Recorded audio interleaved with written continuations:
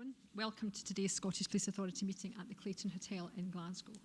Firstly, I'd like to formally welcome our 6 new board members to their inaugural SPA board meeting, and I hope you find it enriching and enjoy it. So that's Amina Khan, Andrew Richmond, Brian Howarth, Gani Forsyth, Nancy Johnson and Nicola Anderson.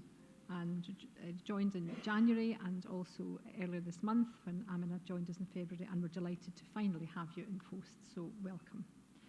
We have one apology from Angela Leach, and in terms then of declarations of interests and connections, it's a requirement of our code that members declare any financial or other interests and connections in relation to the business for today's meeting. Can members confirm if there are any declarations or interests or connections? Brian? Yes, I'd just like to declare that as a past employee of 30 years of Audit Scotland on item 8, I've also known Fiona Mitchell-Knight for the majority of that time and designed, delivered reports in best value on local government. I've been retired for nearly 2 years, took no part in this BV report and see no reason to excuse myself from the discussion. Thank you very much indeed. And Amina? Thank you, Chair. I'd like to declare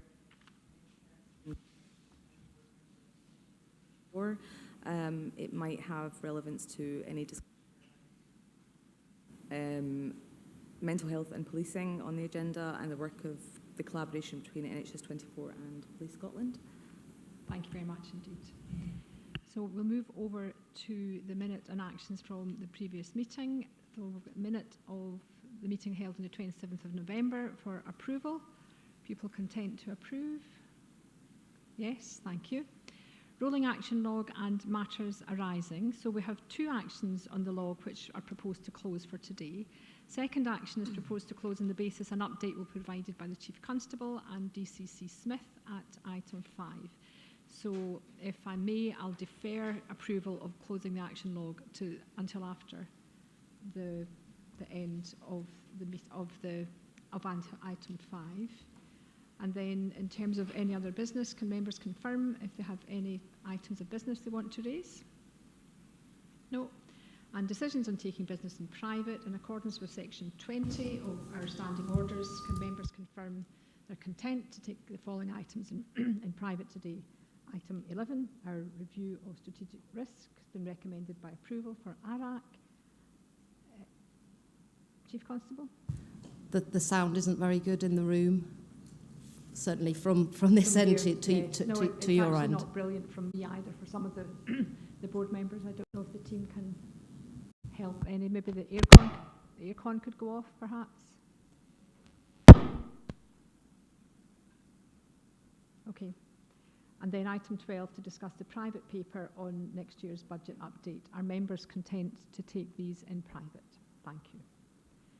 So decisions since our last public authority meeting on the 27th of November last year, there have been 3 decisions taken via correspondence. The first was to approve DCC Spears as DCC designate, and we're very grateful to Alan for taking that additional responsibility. And other 2 decisions were approving appointments of our 6 new members to committees.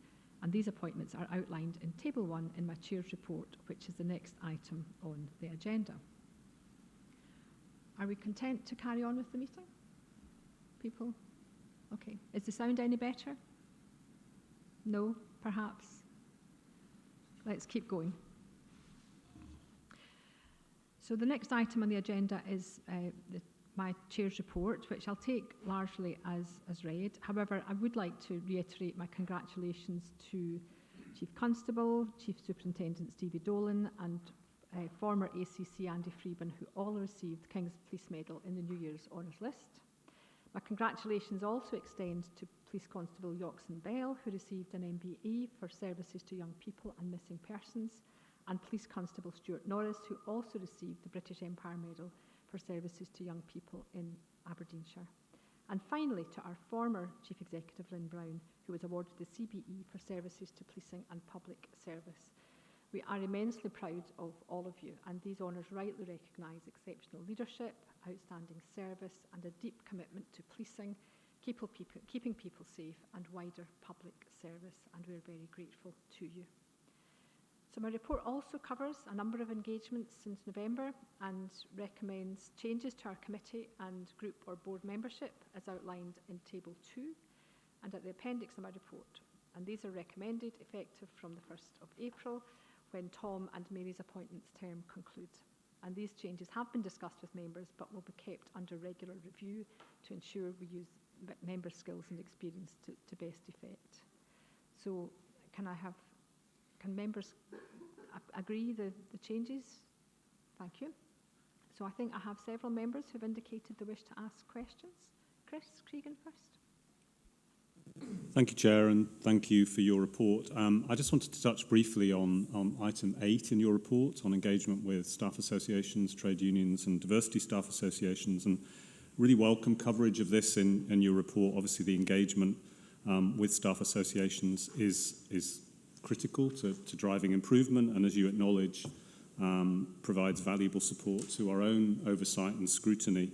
And the range of insights seems particularly important here, and keen to hear any reflections you might have on how we embed that engagement moving forward.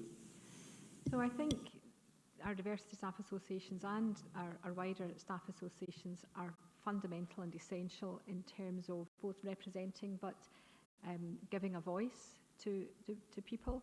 And for me, meeting with the diversity staff associations is an element of triangulation. So we clearly have our formal reporting through our committee structure. We have advice from the Chief Constable on her engagement with the diversity staff associations.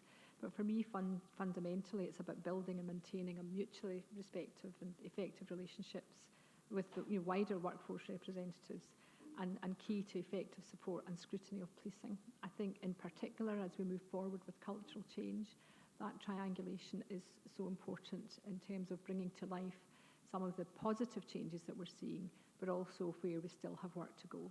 And it's been incredibly helpful, and I'm grateful to the time and effort that people put into coming to these engagement sessions. Amina? Thank you, Chair. I wanted to ask about your meeting with MSP Maggie Chapman and any discussion that was had around policing protests, because I know that was an interest of hers. So if you could comment a bit on that. So that parliamentary engagement, both the team with Police Scotland take that forward, and that was part of my routine induction as chair of the authority. But parliamentary engagement is incredibly important because of the important interest that parliamentarians have in the work of the authority and in the justice and policing system in terms of that oversight. So that was very, very helpful and productive to have that meeting with Ms Chapman. In particular, she talked about in her local areas the policing of protests and had some very helpful observations, I think, about how she feels there could be perhaps more effective engagement locally, but also observations about what could make things better in terms of Police Scotland's role in facilitating peaceful process whilst protecting the rights of other individuals. So it was incredibly helpful, but that ongoing parliamentary debate is going to continue to be important for me, but also I know that the Chief Constable and her team also find that very important and helpful. Tom? Thank you, Chair. I'd like to follow up on the question regarding engagement with staff associations. I had the privilege, actually, of joining you in a recent engagement meeting with the Scottish Police Federation. An area that they picked up and it really emphasised was the disproportionate demand on officers and staff and policing in relation to mental health interventions in Scotland. And very often we're talking about distress intervention. And this is very much about the right intervention at the right time to get the right outcomes for people in relation to the illness they're suffering. These demands were such that officers were left, in effect, babysitting people in a distress situation, often in a health setting. And we've emphasised this for a while on the board. But in terms of making progress, transformative progress in order to make sure that the demand in policing is proportionate to policing. It'd be interesting to hear from yourself about the strategic engagement beyond the Federation in relation to that, and later on the Chief Constable may wish to reflect on what I've just said. Okay, I'm happy to respond to that, Tom. I know that Pauline has a comment or question for Chris, and then I'll bring the Chief Constable in, but I do think the strategic engagement that we have with Scottish Government and with health is important in terms of being able to clearly articulate what is best for citizens in terms of how is that service best delivered for people to get easy access to that support rather than always necessarily have to be accompanied by police officers in terms of the impact that sometimes has on them. So we do have strategic engagement. I'm meeting over the next couple of weeks with that at that strategic level where we can monitor some of the progress that's been had and try and reflect perhaps on the momentum that perhaps we need more of to see improved services for the public. But I'll maybe bring Pauline in.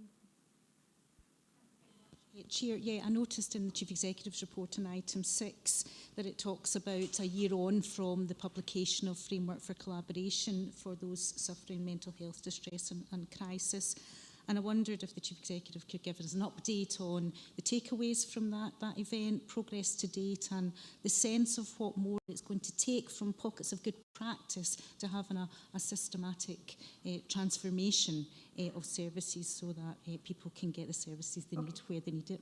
I'll bring the Chief Executive and then pass to the Chief Constable. Thank you, Chair. I'll try and address both of those points, Pauline and Tom.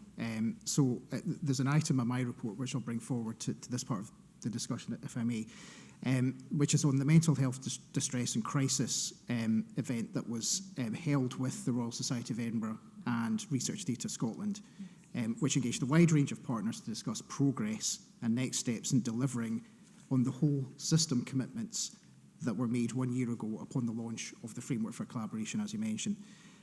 Obviously, the progress initiatives themselves been delivered through the Partnership Delivery Group, which includes Police Scotland, SPA, NHS 24, the Ambulance Service, BTP, and a whole range of other relevant policing and health partners. I think there has been tangible progress, and the last formal reporting to the authority on that came through the Police and Performance Committee in September of last year. There are a number of focus areas where progress has been made, for example, communications, the improved transfer of mental health care, building capacity and capability, strengthening community-based provisions, data evidence, benchmarking and improvement. Some of the tangible examples would include the impact of the newly established NHS 24 mental health hubs and the number of referrals from policing into those hubs around the sort of 300 to 350 case mark per month, and also circa 2,000 officers who are now trained on the distress brief intervention approach, in addition to the distress brief intervention leads that are now stood up across Police Scotland as well. However, and this is kind of looking back to yesterday's Criminal Justice Committee on Policing and Mental Health, I think there's an increasing sense from the committee and the witnesses who are at the committee, which includes Police Scotland and the Scottish Police Federation as well, that there's still too much policing involvement in supporting people with mental health issues, and there has been insufficient progress over the last year. So I think this is the problem to some extent with policing continuing to be the service of last resort. Yes, there have been these incremental gains which should be commended. The ambition is there and the effort is definitely there. But I think there's an increasing sense, and going back to Tom Halpin's point as well, that something more structural or radical is required to really kind of solve the issue and push beyond kind of the situation that we're in just now. Thank you. I don't know if the Chief Constable wanted to come in. Thank you. And the questions timely from Mr. Halpin. I think just for the benefit of new board members, welcome. On my arrival here in Police Scotland, speaking to frontline officers and the Federation, the two biggest issues that affect their ability to police on the streets of Scotland were the demands from the criminal justice system and demand in respect of supporting people in crisis and policing being the first port of call should you need that support. This board and other sub-boards have heard about the progress that we've made around criminal justice, and I think that is ongoing. There's more to do. There are some good, strong initiatives supported by use of technology, probably not to go into the detail here today. So I'm hugely optimistic that we will continue to make progress around criminal justice efficiencies, and I think later on we'll talk about warrants.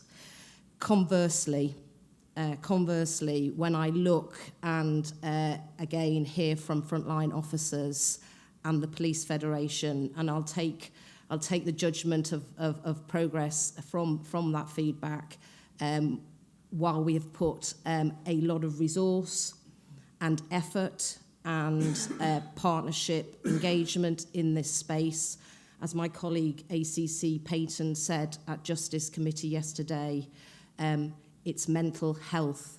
It is not a justice issue, with the exception of where there are right to life and extreme conditions and the public are at risk.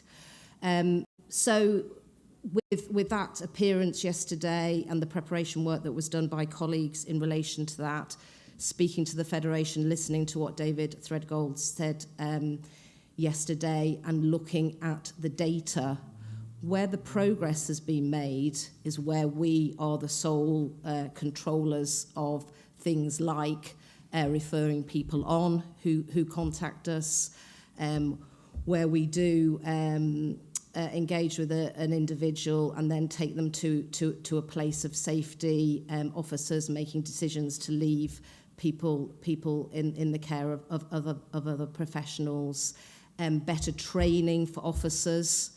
But first and foremost, they are police officers, and their primary responsibility around prevention and detection of crime and bringing offenders to justice.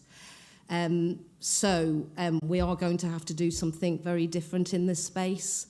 I cannot continue to have a situation where we are spending more time in this arena than we are on our core roles and responsibilities.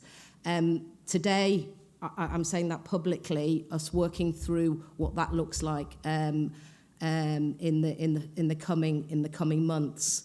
But just to reiterate, having engaged at every level, having entered into collaborations and other agreements, now is the time for us as Police Scotland to do something different in this space, but because we cannot continue to operate in this way, and our responsibilities lie elsewhere, and threat, risk and harm directs us into other areas.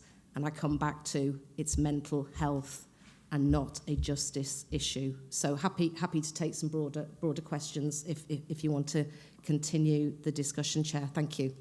Okay, thanks, Chief Constable. Does anyone have any other questions at the moment? No, but I'm sure it's an issue we'll come back to, Chief Constable, and we obviously will work carefully with you to monitor the impact and progress of that. Thank you. So I'm now going to move on to agenda item 4 for our committee chairs' reports, and I'll ask each committee and group chair to talk about the report and then have any questions if there may be. I'm going to start with Alistair Hay and the Commonwealth Games Oversight Group. Thank you, Chair. My report actually covers 2 meetings of this oversight group, one on the 1st of December 2025 and one into the new year on the 4th of February. I think it's quite useful seeing the 2 of them together because what it demonstrates is the progress that is being made by Police Scotland in terms of their part in ensuring a safe, secure and successful Commonwealth Games. And of course with no financial detriment to Police Scotland.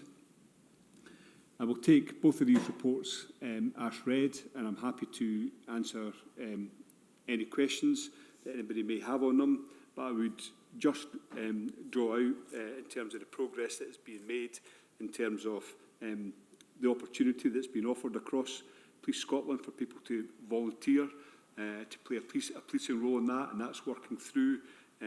Good progress has been made in terms of safeguarding, a very important issue, and what we're also seeing is that the third-party assurances, for example, BDO, the internal auditors, having a look, and also the testing and exercising programme with SMART2 is beginning to kick in, so the planning and preparation is being tested robustly. It's good to see that. And then finally, in terms of that no financial detriment, the minute of agreement is in place for the delivery phase, and invoices have been sent out and paid, so that is good to see. But also there's really good progress being made in terms of the minute of agreement for the delivery phase of the games, and we look forward to seeing that agreed at future meetings. Thank you. Thank you very much indeed. Any comments or questions from people? No, thank you. Tom Halpin, the People Committee. Thank you, Chair. My report is before you. Some 3 short items I would like to highlight. The results of the Your Voice Matters People Survey has been presented at a high level to our committee, and I know there's work on going into the qualitative information that's in that survey, and the insights that give us will be very important. That takes me on to the other area which was highlighted in the last meeting around psychological assistance for officers, and that's reflected in the high levels of modified and adjusted duties that the organisation has at this time, and it really brings to focus the need to be doing more in the preventative space, providing advice, guidance, intervention, support to officers, and I don't think that's not unrelated to getting the insight from your Voice Matters. And the final area I'd like to highlight is a contribution made to policing in Scotland by our special constables and Police Scotland youth volunteers. We had a presentation to the committee from a special constable, I would name him, Alistair Cameron, who's given decades of voluntary support to communities in Scotland, and it just really highlights the value of this. And the sting in my tail is I think we should be doing more around special constable recruitment and deployment in Scotland, and the benefit coming from youth volunteers involved in policing in communities, community events, is evident. I think every community in Scotland sees this presence at some point. Thank you. Thank you very much indeed. I'd just like to echo your thanks to the volunteers and the important role that they have in policing, but also the important role that policing has in community wellbeing in terms of offering these volunteering opportunities. People content with that? So we'll move on back to Alistair Hay for Policing and Performance Committee. Yes, thank you, Chair. And again, I'll take the report as read, and I'm happy to answer any questions that anybody may have on it. Just really to highlight that the 4 main areas that we covered, as always, were the quarterly performance report, operational matters, partnership and community focus, and oversights of improvements in policing. I just wanted to highlight the importance of the papers that we get in terms of operational matters, because this gives us real insight into understanding what the performance information is actually telling us in terms of Police Scotland's performance. So just wanted to highlight that. Thank you very much. Any comments or questions? If not, we'll move over to Resources Committee and Pauline Howie. The report covers the main items of business from our meeting on the 16th of December, Chair. I'll take that as read. We also met earlier this week on the 17th of February, and I'll give you a quick readout of the key points that we covered. We considered the Q3 financial monitoring report and budget revisions, and that's later on today's agenda, so I'll comment later on that. We also covered the 26-27 budget planning developments, and again, that's later in the agenda, so I'll comment further later on. We had a helpful update on the development of the Estates Master Plan Phase 3, and the outline business case is expected to come to the committee in June, and that will include details of the various options being considered, the risks, alignment with the budget settlement and the communications plan. We had a detailed discussion about the proposal for Greenock Police Station. We received a number of helpful assurances regarding this project, and will consider a full business case in due course. The committee also considered the report which set out the changes following a review of delegated levels of authority, and we recommend these today to the board for approval. It's later in the agenda, the financial regulations updates. And finally, we considered the proposals for the 26-27 voluntary redundancy, voluntary early retirement scheme, and we approved the proposal which remains unchanged from the previous year. Thank you. Thank you very much indeed. Any comments or questions for Pauline? But it's good to see the estate's master plan being progressed, and because that is so important in terms of both public confidence but also supporting the welfare of officers and staff. So look forward to seeing that progress. Thank you. I'm going to pass over to Paul Eadie for Forensic Services Committee. Thank you, Chair. Excuse me. I'm just going to pluck out three issues from the report. Firstly was the strategic workforce plan, and that had been discussed at committee previously, and it's had been discussed over the years. And this time it was to finally agree the strategic workforce plan. So that is now in place, and that was, it's not a one and done. It's not a perfect document, but the best is the enemy of the good. We've agreed that on the basis that it's a living document, and it will be annually updated and reviewed, and we'll have reports on that annually. The second issue excuse me, was drug driving. The in-house service continues to perform well. There's a small number of time-barred cases, but not down to anything in forensics itself. It's just late submission. We get regular updates from the Crown Office about time barring. So as far as I'm concerned, things are generally running very well with that. The third issue I was going to touch on, and okay, we also had a discussion about long-term sustainable model again, and that is dependent still on external funding, as we've all known it would be. The third issue is committee effectiveness. I think we were the first committee to do its effectiveness review. And generally, things are looking in good shape there. One of the issues we discussed was duplication of reports, and I've scribbled down here that drug driving is a particular example where it seemed, I've written down 3 times, but in reflection, we have it flagged up in the director's report, we have it in the performance report, we have a standalone drug driving report, we also have it in the change report and in the risk report. Now, all of these reports do different things, and sometimes we have it also in HMICS implementation. 6 times, I think, is a bit overkill. We're in quite a different place now with drug driving than we were 4 years ago when we had a significant number of time-barred cases. And in discussion with Director and yourself and the Chief Executive, I was wondering if now is the time to roll this up into the general performance report. So that's it in a nutshell. I would propose we do that from May onwards. Thank you, Paul. Members content to have the drug driving mainstreamed now in terms of reducing duplication?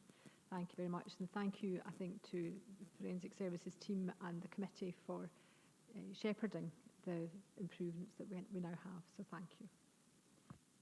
And then finally over to Mary Pitt-Keithley on audit risk and assurance.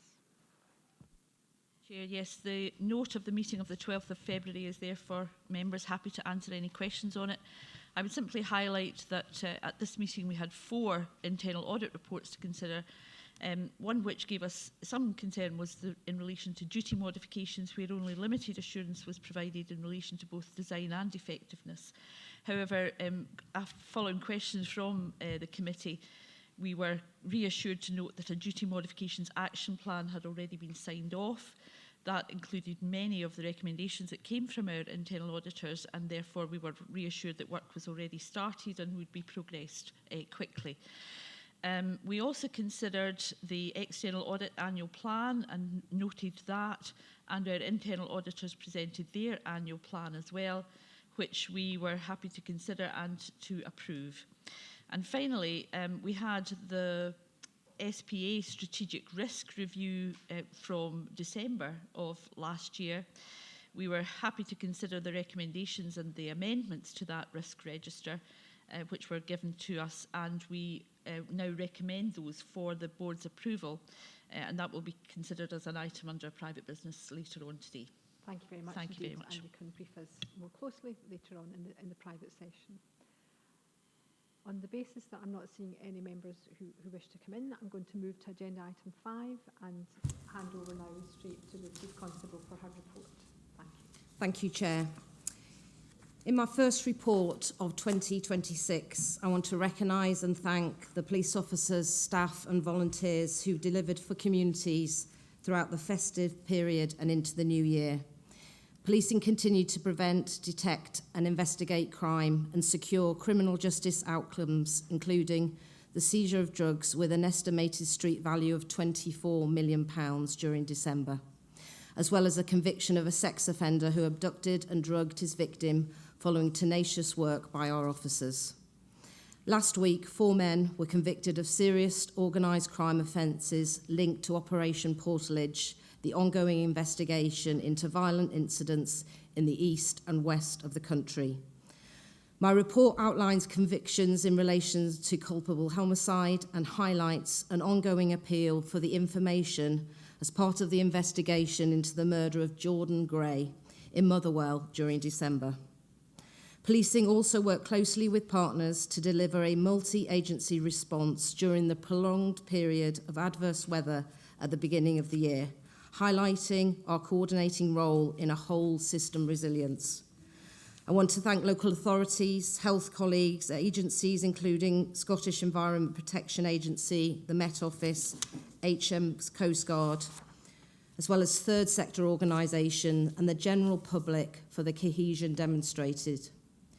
Communities came together to share, support and help, transporting healthcare workers into communities and hospitals so care could continue as far as possible, or by clearing roads. This month, I report on the outcomes of our festive drink and drug driving enforcement campaign, which we operated during December and into January, and during which more than 3,500 drink and drug driving tests were carried out by Police Scotland officers. Driving while unfit through drink or drugs results in deaths, so my clear message is not to drive having taken drink or drugs. Officers are on our road networks every day, and we work with partners to reduce the devastating effects of road fatalities and serious injuries.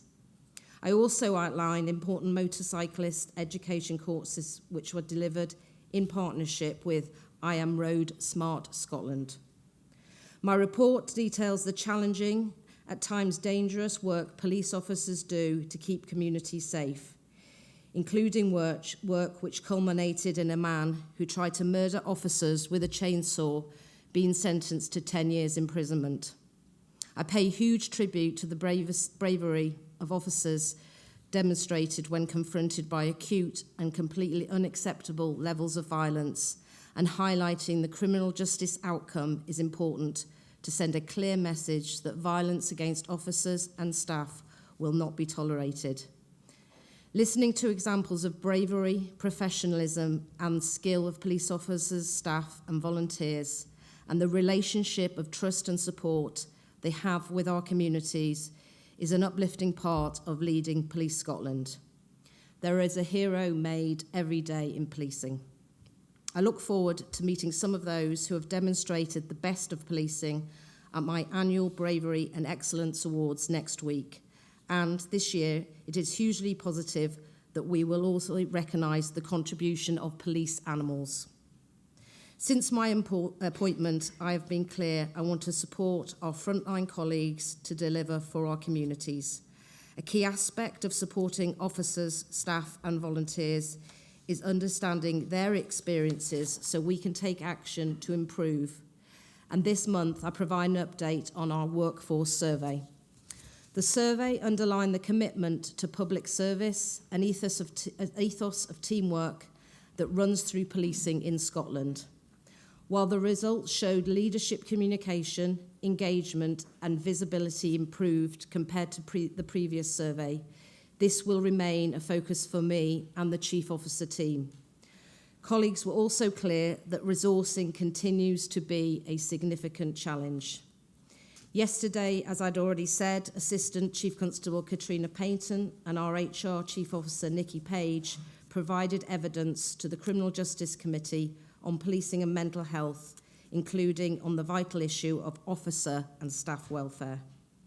As illustrated by that session and by my report today, our officers, staff and volunteers provide a valuable and demanding service to the public, from their initial call for help, being the initial responder in violent and dangerous situations, or working with victims and families during investigations. It is a job which places our people at moments of crisis and trauma daily. Policing tests courage, compassion and professionalism.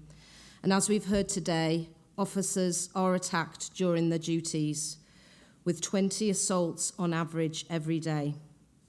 Violence against officers and staff is unacceptable. It is not part of the job, and we take action to hold perpetrators to account and support our people when attacks occur.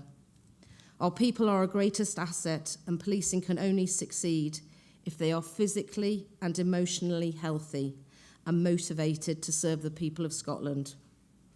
Building a thriving workforce is a key pillar of our vision, and part of that is providing better support services like the Employee Assistance Programme, expanding our trauma risk management service, and delivering more Lifelines courses, and we will share updates to the authority through the People Committee in due course.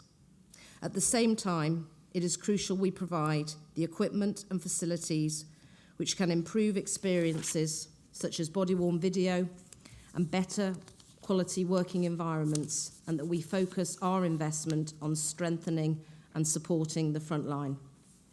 The pressure on our workforce has been a key message for me during the pre-budget process ahead of the 26-27 budget. Our Chief Financial Officer, Sarah Ruffhead, will provide an update on our budget build later today during the agenda. And I also welcome the input from His Majesty's Chief Inspector of Constabulary in Scotland, Craig Naylor, and Fiona Mitchell-Knight from Audit Scotland on the best value audit. With the publication of the Scottish Government's draft budget and the spending review setting out an indicative plans for funding for 28 and 29 in relation to resources, it is worth me, as the Chief Constable, drawing together some of the considerations and implications for the year ahead and into the longer term. The Criminal Justice Committee's pre-budget scrutiny report underlined parliamentary recognition of the funding challenges across the justice system in Scotland. The committee highlighted the significant savings made by policing and the fire service since 2013 and called for reinvestment into future funding. Cross-Parliament recognition has been built on hard-won and evidenced efficiencies and improvements achieved through the reform of policing since 2013, which was also explicitly recognised in the Scottish Government's reform strategy published last June, which stated that almost £2.5 billion has collectively been taken out of police and fire cost base over 10 years. A key contributor has been policing in Scotland's strong financial management. This grip enabled detailed pre-budget evidence and a clear-eyed assessment of the implications of flat cash funding for an organisation that spends 86% of our resource budget on pay, and which has already delivered efficiencies, including through workforce reduction. Broadly, I outlined a minimum £104.9 million revenue uplift requirement for the coming year to maintain the status quo. A further cost of £5 million has been incurred because of the inflation guarantee on the 25-26 pay award, which has been triggered. The funding outlined by Scottish Government is less than we requested, at around £90 million uplift.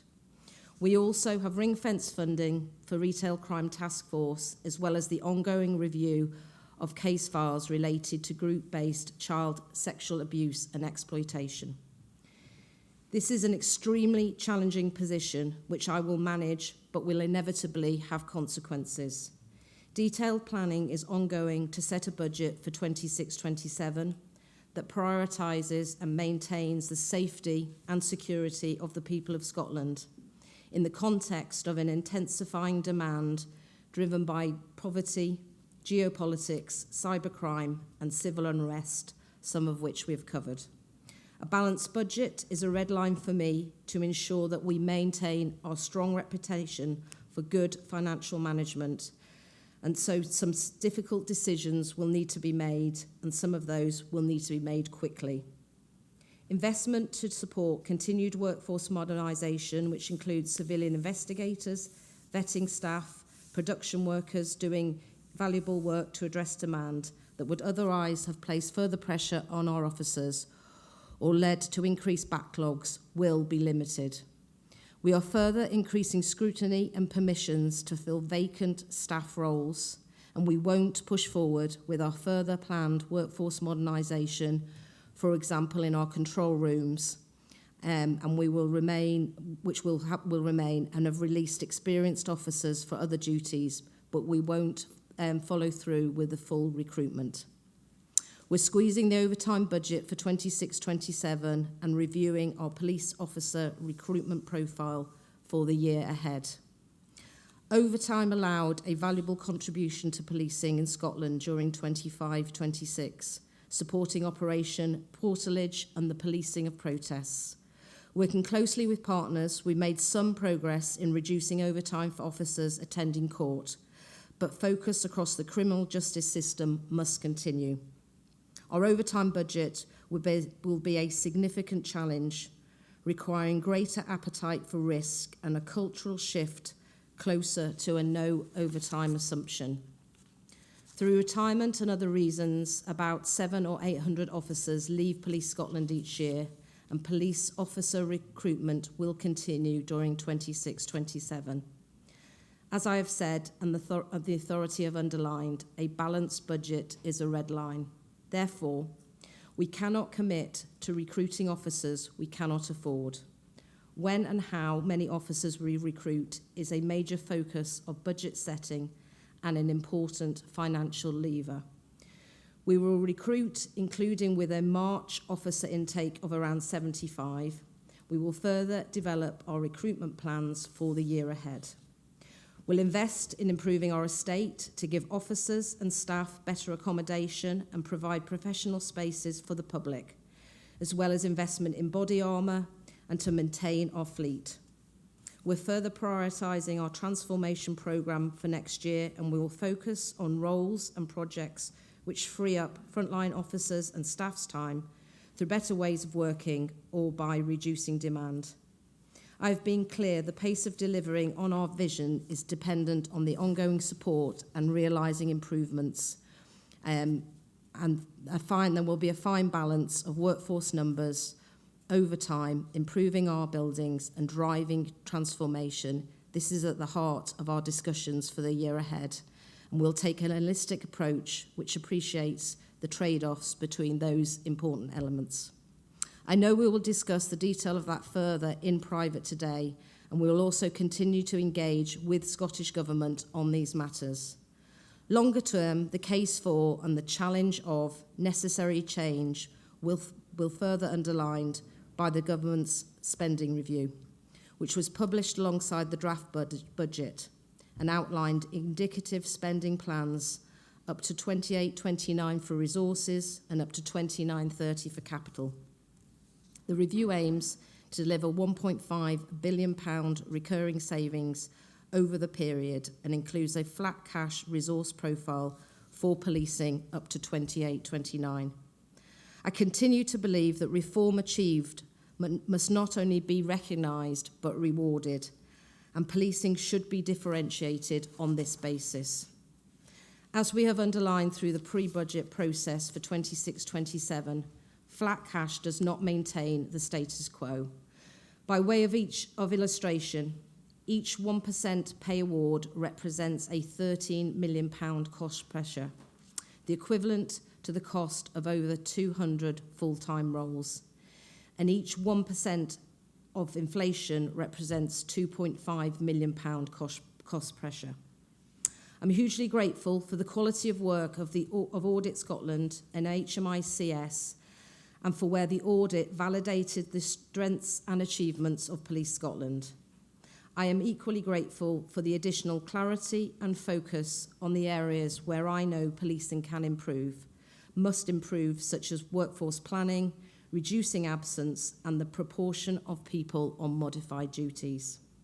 We are already taking forward the improvements set out and will update the authority further as progress is made. Delivering on the recommendations and further embedding our culture of best value is the right thing for policing and for our communities. And it is also a pressing necessity against a flat cash outlook. I know the scale of this challenge, reshaping the workforce against a shrinking real terms resource base, will mean a smaller workforce. Frontline services will be prioritised. To do so will unlock capacity by getting more people back to work, deployed on full duties, and freeing up officers from roles which require warranted powers, which don't require warranted powers.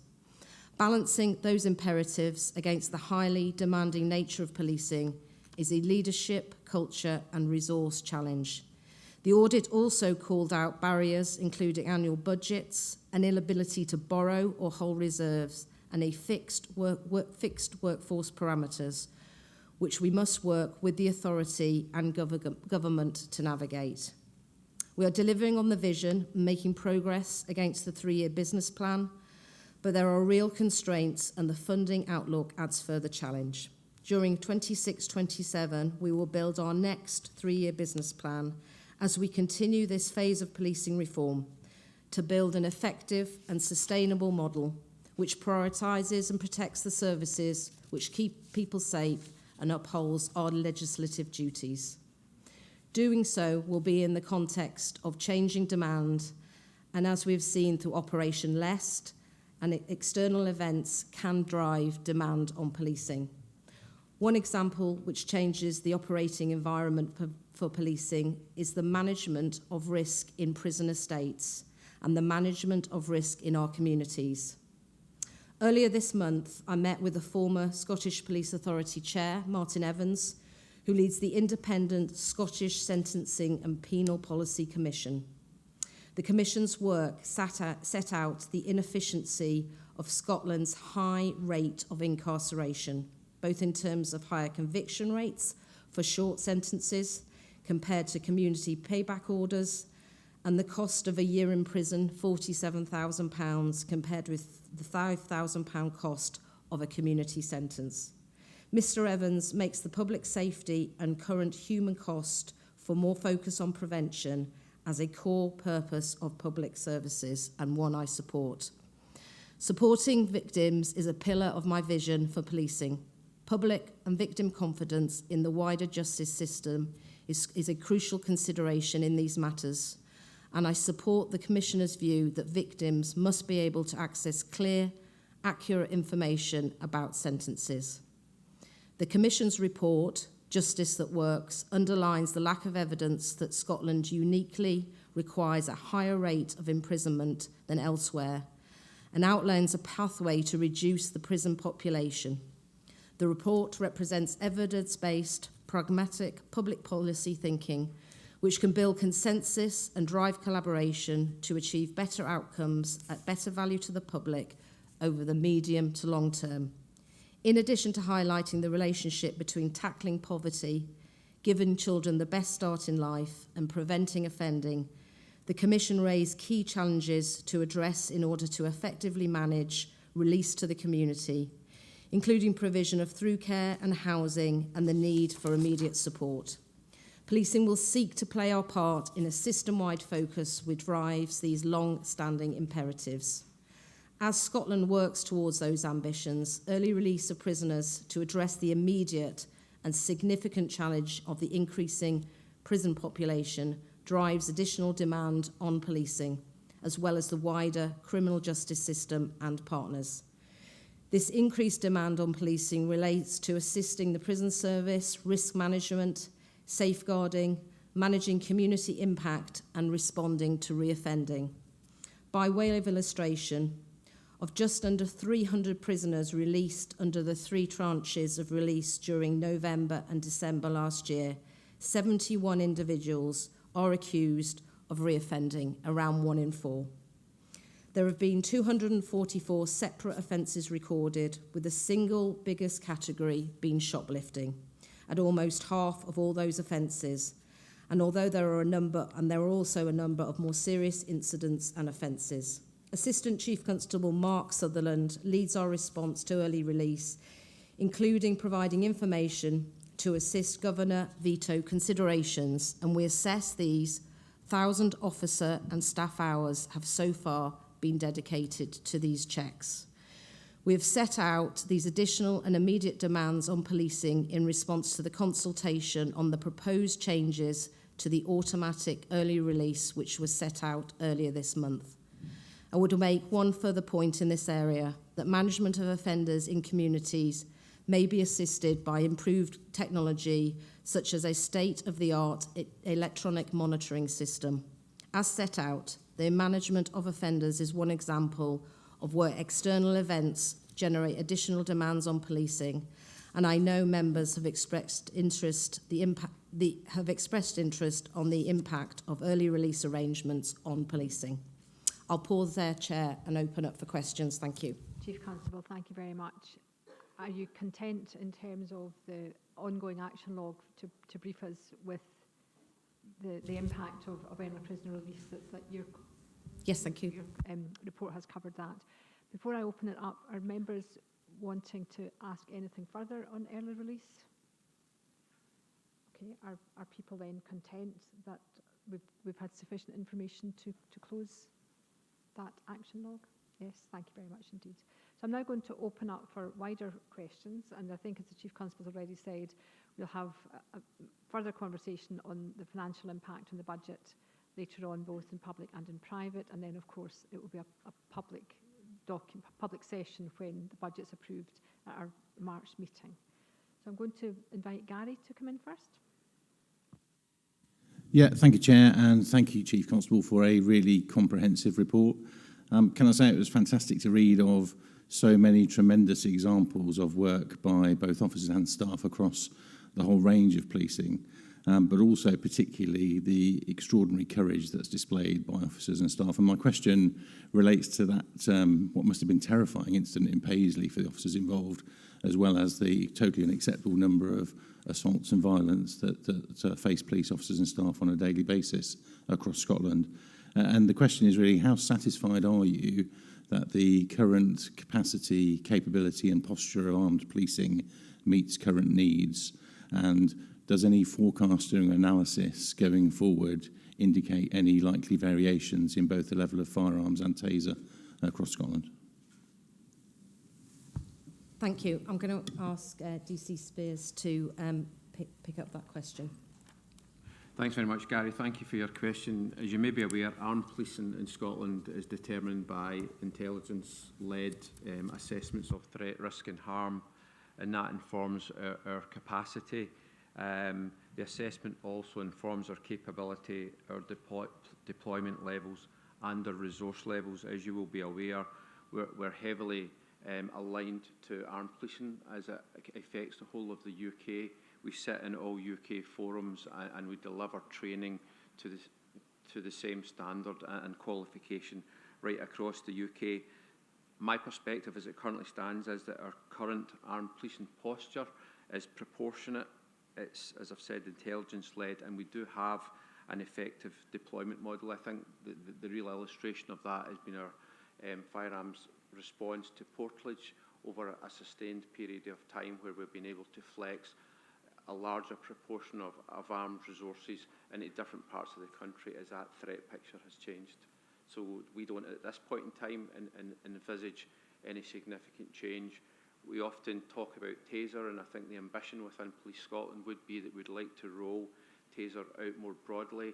It's hugely financially driven in terms of our ability to do that, but we recognise the correlation of taser for officers and the impact on officer assaults. But as it stands just now, we believe that our armed policing position is proportionate to the threat and risk that we face at this time. Thank you very much. I'm going to bring Katerina in, who's got a couple of follow-ups. Thank you very much for that. DCC Spears, just on the firearms question as well. So absolutely take your point around Operation Portalage, which you've just cited as an example of successful deployment. I'm also mindful that Police Scotland has got quite a mix between rural, obviously, and urban. And I would say that Portalage was primarily across the Central Belt. So what confidence can you give us around your ability to respond to any incidents which happen in the more rural setting? For example, I'm thinking of the Sky shootings in 2022, whether any lessons have been learned, and you know, the ability of the force to respond to multiple firearms incidents at the same time? Yes, thank you. So all we do in the firearms space is we're looking at the evidence, we're scrutinising regularly the data, and we do have a firearms model that covers the whole of Scotland, and we have the ability to respond. Of course, at times in more rural settings, the time for our resources to manoeuvre might take a little bit more time, but we are satisfied that we have the right model. I think our ambition around Taser would help. We do find a number of instances where individuals, through vulnerability, may be in possession of weapons such as knives, as opposed to always firearms. We see the benefits in the rollout of body-worn video, so we don't look at a response to armed policing in complete isolation, but we're confident just now that we have the capability across Scotland to respond as effectively as we can. And in relation to Sky, you know, it's very specifically looking at the lessons that we can draw from that experience and what can we then take to improve our response and capabilities in the country. Okay, thank you very much indeed. Amina? Thank you. Just thinking about, if you hear me, thank you. Also the sort of call from the Scottish Police Federation for armed vehicles. You've obviously said there's no plans at the moment for any change. I guess it's just to seek assurance that if there were to be any change to the model of the deployment of arms, that they would be subject to full quality impact assessments and public engagement. Yes, armed policing model is driven by evidence. It's proportionate and it's based on the information. I would suggest the focus would be more on governance and scrutiny, more so, I would say, than on public consultation. And we're very, very careful about managing and overseeing our capabilities as it relates to firearms, both in terms of day-to-day operations, in terms to broader CT and terrorist elements. So there's a fine balance in terms of how we would consult publicly around our firearms deployment model. But again, I would give the committee the assurance that we are aligned to a range of UK forums led through the National Police Chief Councils that ensures that our position in Scotland is measured and balanced against the approach across England and Wales. And the impact assessment, so although you've talked about not necessarily the proportionate way that you would look at evidence, am I right in thinking that an impact assessment would be carried out on that decision? We wouldn't routinely do an impact assessment to look at what our firearms model would look like. It probably goes back to that sort of intelligent led assessment of threat, risk and harm. Of course, in every instance where we do deploy firearms, which is overseen by highly qualified firearms commanders, we scrutinise every instant and draw the learning from those incidents. But there is a very precise model in terms of the authorisations and deployments of firearms, and would give that committee the assurance. You might hear later from PIRC, who have got a key role in terms of independent governance around our use and deployment of firearms, and they would routinely look at matters where we have deployed and utilised firearms to contain an incident.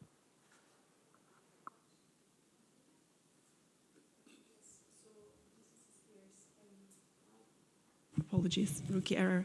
DCC Spears, I have it noted down that at the Public Petitions Committee last year, where yourself and the Chief Constable, you gave evidence around the Police Scotland review of sex and gender. I believe you did talk about the fact that you would be taking a paper, the output of that, to a public board meeting.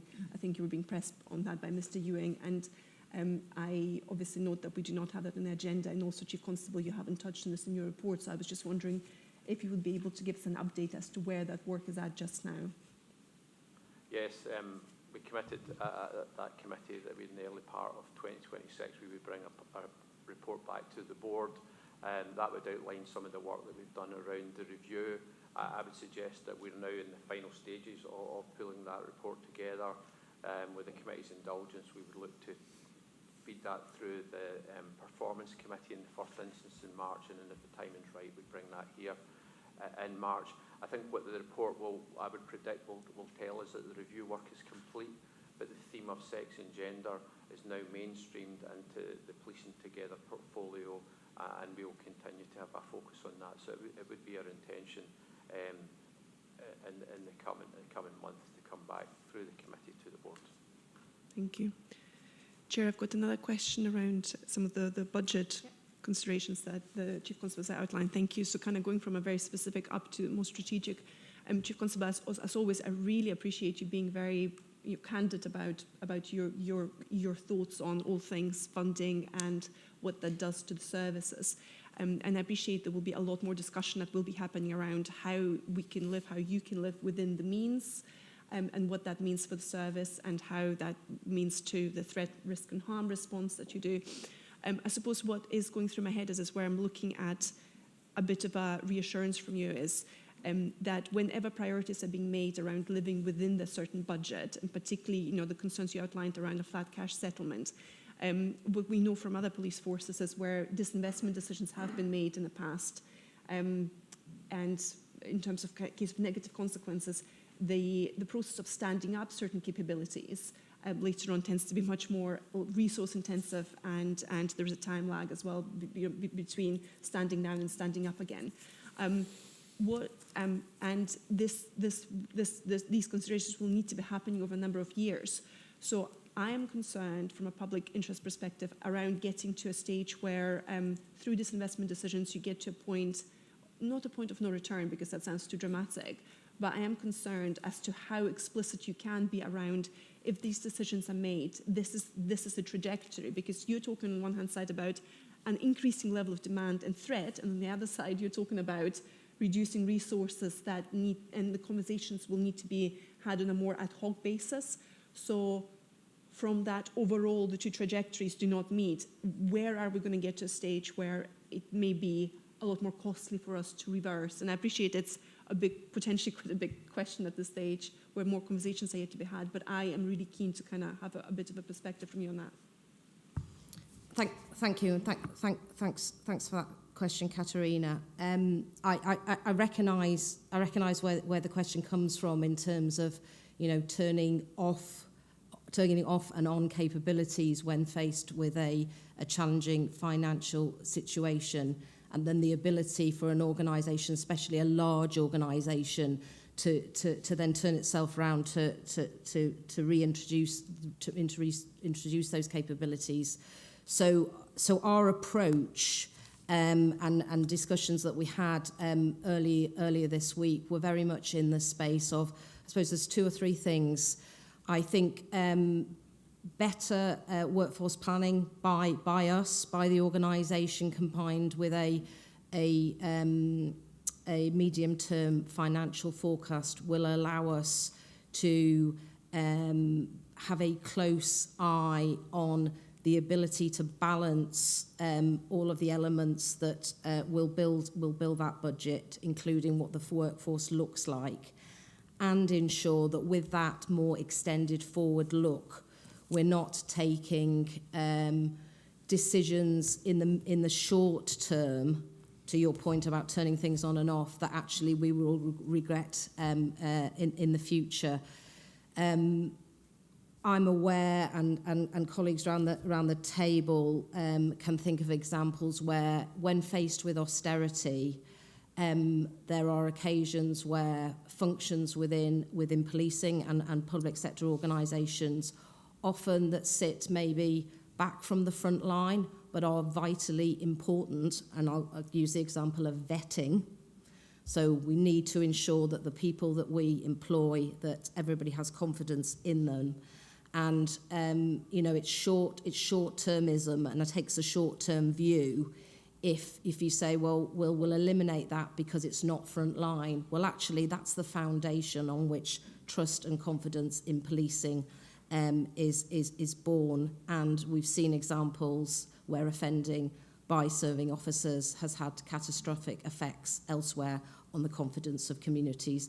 So I'm very alive to those issues. The discussions earlier in the week around some of the reform programme has been a focus on slowing down as opposed to turning off or stopping, because at some point we need to continue to build those capabilities, especially in the digital space, and to take those short-term decisions might balance the book, priority one, but at the same time, how do you continue to move forward and use technology to drive efficiencies, effectiveness, and those capabilities?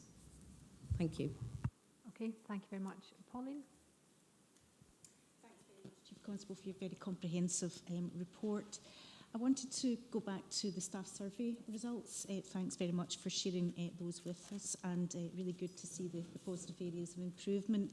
You do comment, however, about the significant pressure that officers and staff feel under.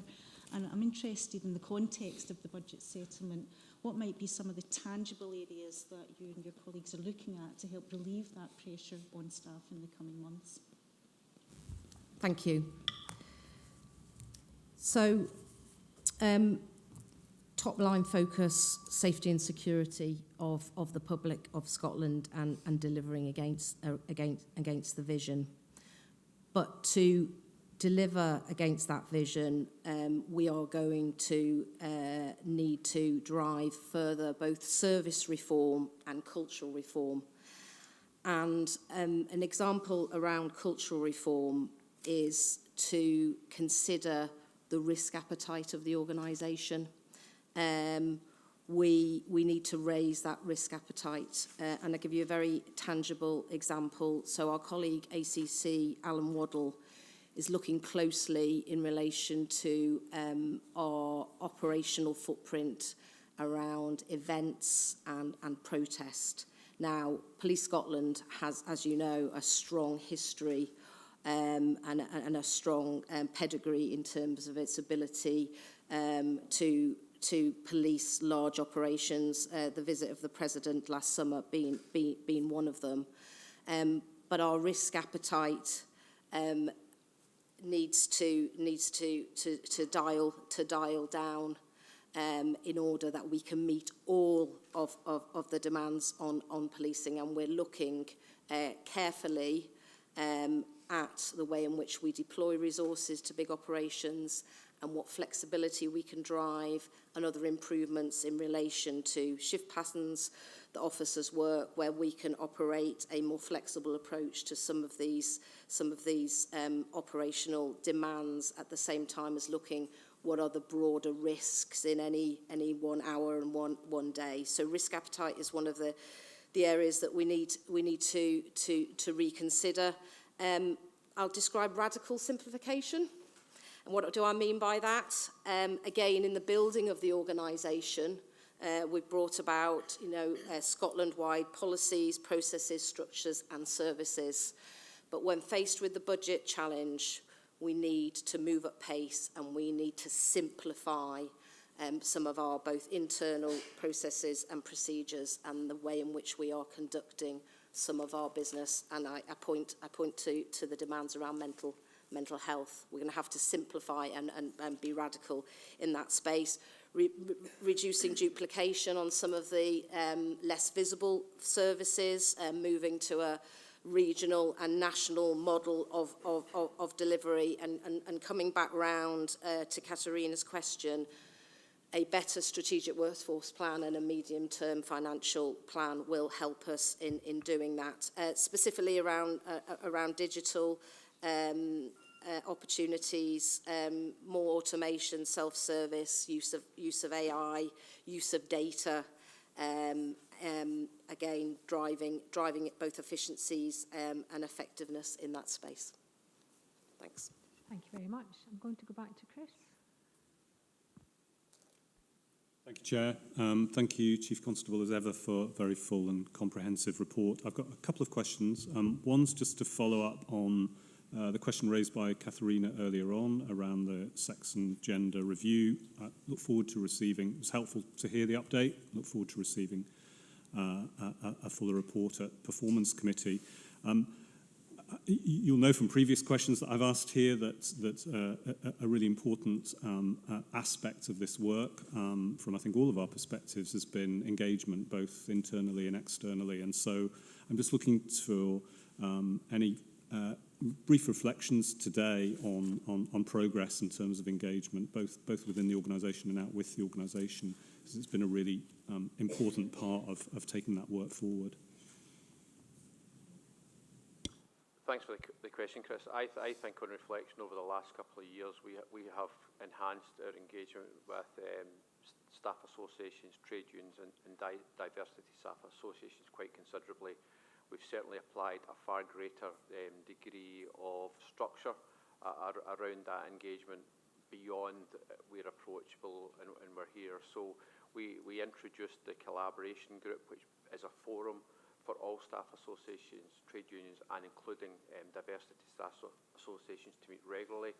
We've brought a higher degree of formality to that collaboration group and much more structure. So that's led by our HR director and NACC Peyton and policing together. So that adds huge levels of value. I think what's really important to highlight as a senior executive, both the Chief Constable, DCC Smith and myself, on a very regular basis will meet formally and informally with all the staff associations, including the diversity staff associations. And I could probably with confidence tell you over the last couple of weeks that both the Chief and I have had separate meetings with a number of those associations. We recognise that policing in 2026 is massively complex, both inside the organisation and out, and the contribution that those associations makes to us is massive. And it's a voice that we regularly and consistently would want to hear. So we will continue to look at is there ways of improving and enhancing that, but we recognise that a lot of what the Chief Constable has spoken about in a report this morning has a direct impact on all of our staff across the organisation, so massively important to us. Chair, can I just add? So we talked earlier about the staff survey, and I see our engagement with the staff associations, particularly when they're in those one-to-one meetings, as a further health check in terms of how our people feel about the organisation, how they feel as though they're being treated, and feedback from those representatives in terms of how we are progressing, particularly around the pillar of the vision, that thriving workforce. So all really valuable feedback which we take on board, and you know that has an impact in terms of how do we develop and where we invest our money. Thank you. Thanks. Thank you very much. And I'll follow up on the workforce survey in a moment. It relates to your answer there. I do have a question on that. Just coming back briefly on the sex and gender review and progress on engagement there.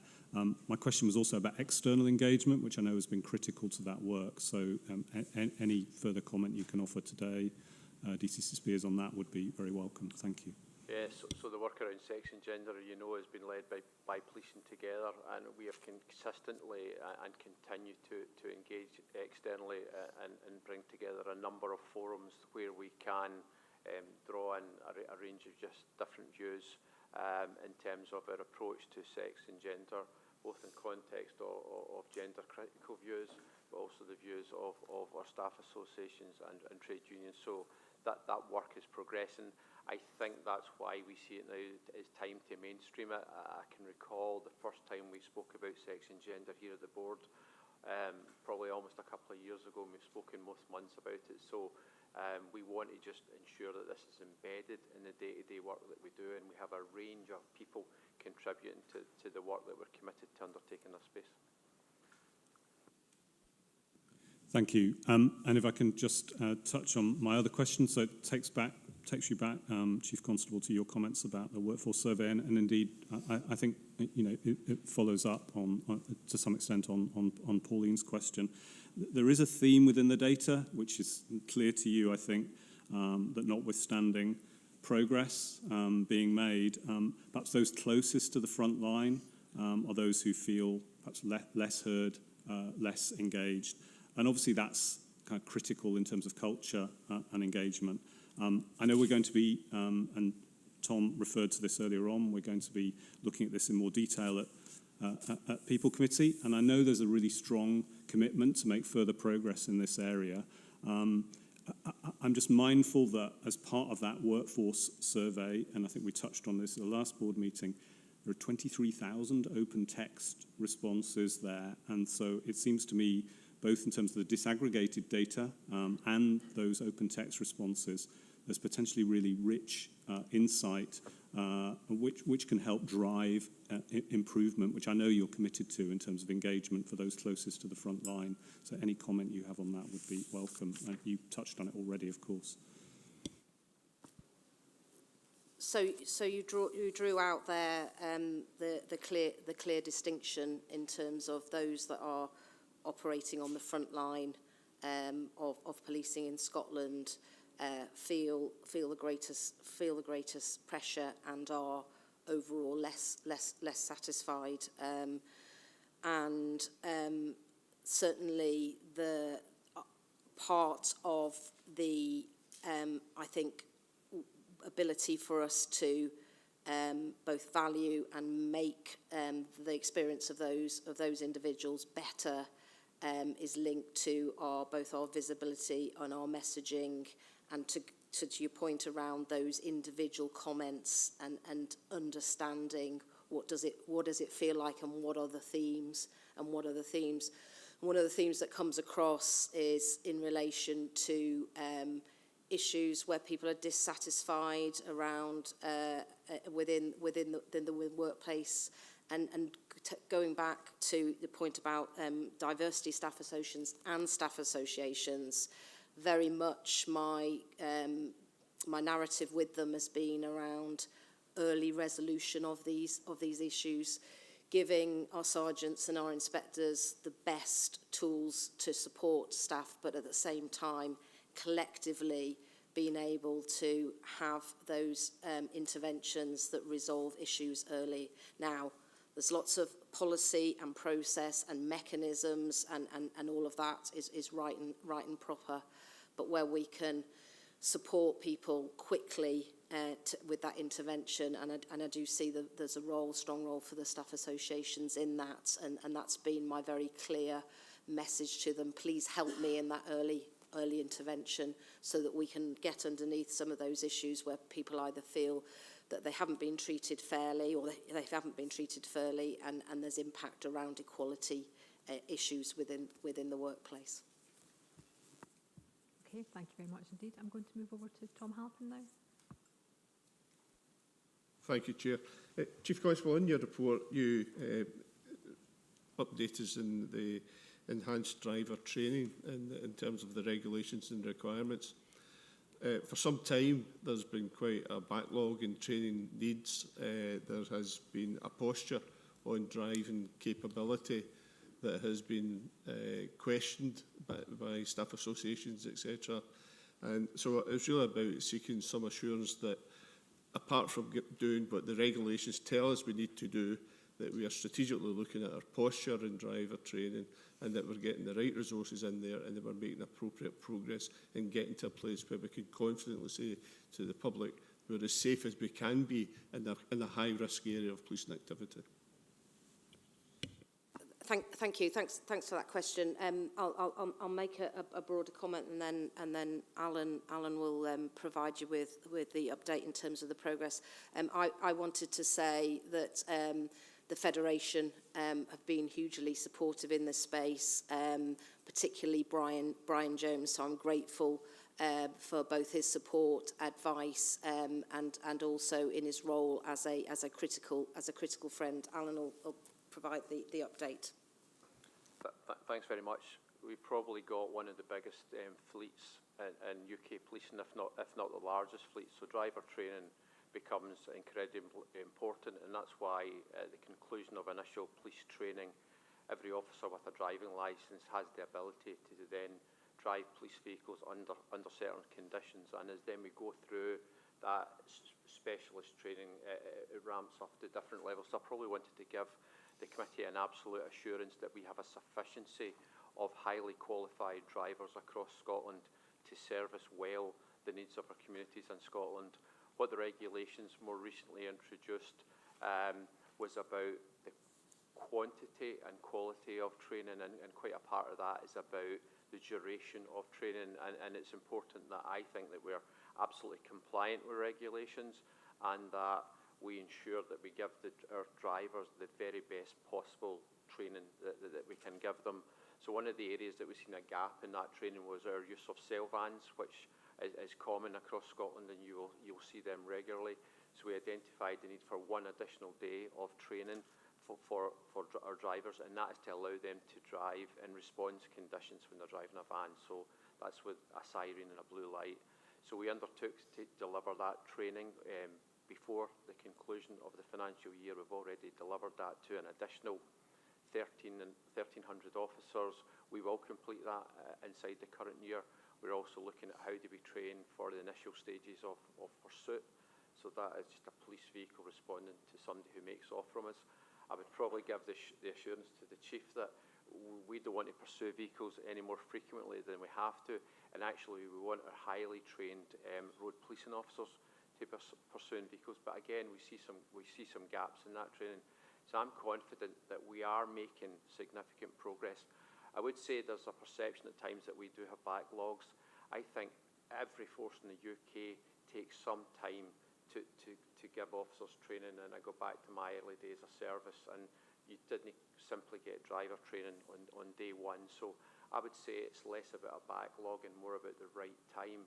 But the basic driving positively allows everybody with a driving licence to drive from the first day that they come onto the street. So I would suggest that we're making really good progress, really excellent buy-in from divisions, and because we have a good fleet, we're moving the fleet and the trainers across the country, so we're not drawing people away from their division. We're training them within division, and I'll bring forward to the next People Committee a further update on the progress that we've made. Thanks for that update. An area of particular interest in terms of the posture that we have is in those particular high-risk areas, which is about pursuit, is about roads policing, is about armed response vehicles. So an update in relation to that specific area when you come to People Committee would be welcome. That's helpful. Thank you very much indeed. I'm going to move over to Nancy now. Thank you, Chair. Question for the Chief Constable. I note that recently the Scottish Government has published its consultation on the Code of Practice for how Scotland's police officers carry out stop and search powers.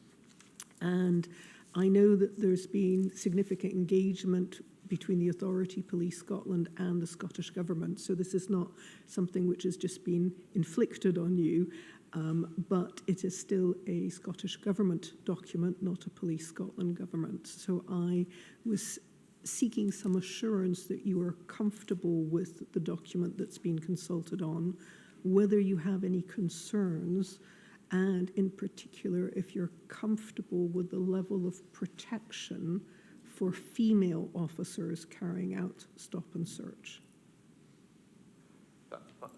Thanks again for the question, and it's an area that I've been closely aligned to. So within Police Scotland, we do have a national stop and search unit. Maybe the history around the Scottish Government guidance around stop and search was introduced in 2017. The intention would be that that guidance would be refreshed every 4 years. So the consultation that's ongoing just now around stop and search guidance is the first time that has been reviewed since 2017. You will recall that in recent committees I've brought information back on a change to Police Scotland's policy around stop and search. as a consequence of the High Court ruling, and we took a step forward to adjust our position on stop and search, which I would argue at that point was slightly differently aligned from the Scottish Government guidance.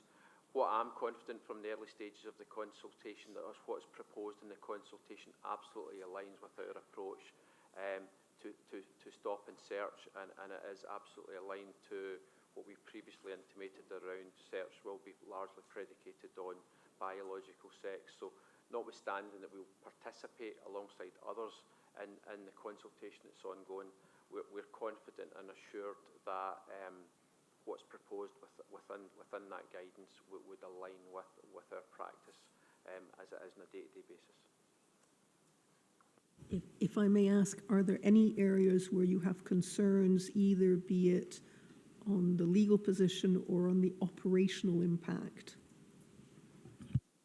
No, there's not. I think our challenge is always in an organisation of 23,000 people and spread across a third of the UK landmass, is just making sure that that policy and our policies are understood and well communicated, and we'll seek to do that. So there's nothing at this point that's drawn into that. I'm mindful that others will consult and offer feedback, so we'll obviously have some time before we reach a position where the government come with a final version of what they would propose, but there's nothing at this point that's been drawn out for me that would be of significant concern in that guidance. Okay, thank you very much indeed. And then I have two final board members, Alistair and Nicola. So Alistair first. Thank you, Chair, and thank you, Chief, for your report, as always. I think it demonstrates the complexity of policing within Scotland, but also the breadth of policing within Scotland, and the fact that either directly or indirectly it impacts on the people of Scotland every day of the week. The question I have, you didn't touch on it in your report, but it's something that was raised within the Performance Committee, and it's something that's been commented upon quite frequently in public. It's around the issue of outstanding live warrants. And I know that Police Scotland were seeking to address this, so I wonder if you could update us on the progress that you've made, and in particular in relation to Category A and Category B, which are the people that would potentially offer the greatest threat to people within Scotland. Thank you. I'll make a couple of initial comments, and then DCC Smith will pick up that detail. In terms of the quantity of warrants, there's a concern there for me in terms of, you could describe the issuing of some of those warrants as failure demand. There is currently very limited dialogue with somebody in terms of reminding them around court attendance. So many of these are around failing to appear at court for different hearings involved in criminal prosecutions. And people will know around this table that very, very often the individuals concerned live chaotic lifestyles. They're affected by addiction and other issues. And so it cannot be a huge surprise to any of us that on occasions it may not be deliberate to not turn up at court. It may be as part of that vulnerability and lifestyle. And the thing that strikes me is that the system and the courts need to move to a position where, if the victim is there ready to give evidence in the trial, and other witnesses are there ready to give evidence, including police officers, then those trials and that evidence should be part heard. But issuing a failing to appear warrant and sending everybody, predominantly or primarily the victim, away to return another day cannot be right in terms of taking a trauma-informed approach, supporting people who have been the victims of crime, and just the huge inefficiency in the system that generates. And a warrant gets issued, and then we, the police, take that warrant, find that person, arrest them, and then very often they will be rebailed. They will be rebailed. So we are working hard with partners in this space, but I mean, just to highlight, I think primarily the impact on those who are seeking justice, but the broader impact and inefficiency. But to your point specifically around the high category warrants. Thanks for the question. A few comments, if I may. I suppose to give you some reassurance, we will look at warrants based on threat, risk and harm. So we will absolutely execute Category A warrants over Category C. And I suppose one thing I wanted to kind of add in relation to that, the Chief's talked today very much about the demand on us in terms of policing. Warrants is absolutely one of those areas. To give you some context and numbers, year to date, we have received 33,372 warrants. That's an increase of 1,800 on last year. We have executed 32,396 of those. So although often there is a number quoted in the media that is high around our use of warrants and those that are still outstanding, we are absolutely executing the warrants that we need to. 50% of those outstanding warrants are failed to appear warrants, over 50%. And as the Chief has already referenced, that's often due to people's chaotic lifestyles, forgetting to come to court. We're working with partners at the moment around digital solutions for that. So things like, and it sounds really straightforward, but it really helps around text messages. So saying to somebody, you are due in court tomorrow. COPFS have been really instrumental in that, and we are pushing that. But the bottom line is this demand is right across the system, and we are one part of that.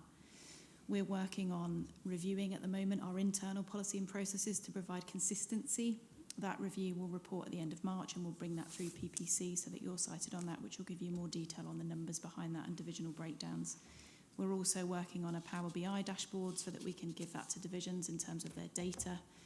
But I think overall, I would say, absolutely in agreement with the Chief's comments in terms of this is one area of demand across the CJ system that we are working on, but the system needs investment in terms of digital capability, and being able to deal with this in a different way is my sense. So hopefully that helps. But as I say, we'll bring through more detail and numbers in relation to PPC in March. Thank you.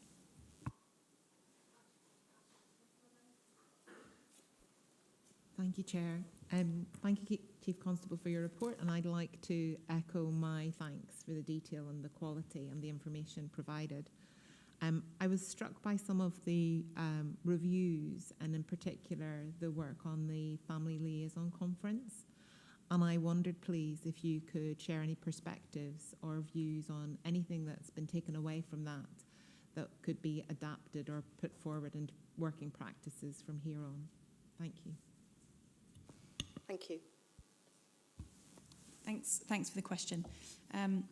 Nicola, as a former FLO of many years, it's an area that I'm genuinely really passionate about, and the conference is an important way for people to, A, recognise the importance of the role, but to your point, share learning, experiences, understanding of how we operate nationally. The FLO role is complex, it's emotionally draining, it has a real impact on people's well-being day to day. There's a lot that's required of an FLO. They are an integral part of the investigation. They work with bereaved families, which is tricky day to day, but ultimately they want to make a real difference in terms of their role. So in terms of the conference, there's a few things that came out of that. One was around well-being and the support that they're able to give. The consistency of that support right across the organisation, so that's something that's come forward that we will pick up and take forward. There's something about the provision of FLOs. We provide FLOs where there's an incident in Scotland, and sometimes those families are located in different countries. We will support that, and again, sort of experiences of how best to do that came forward, which again, really, really important.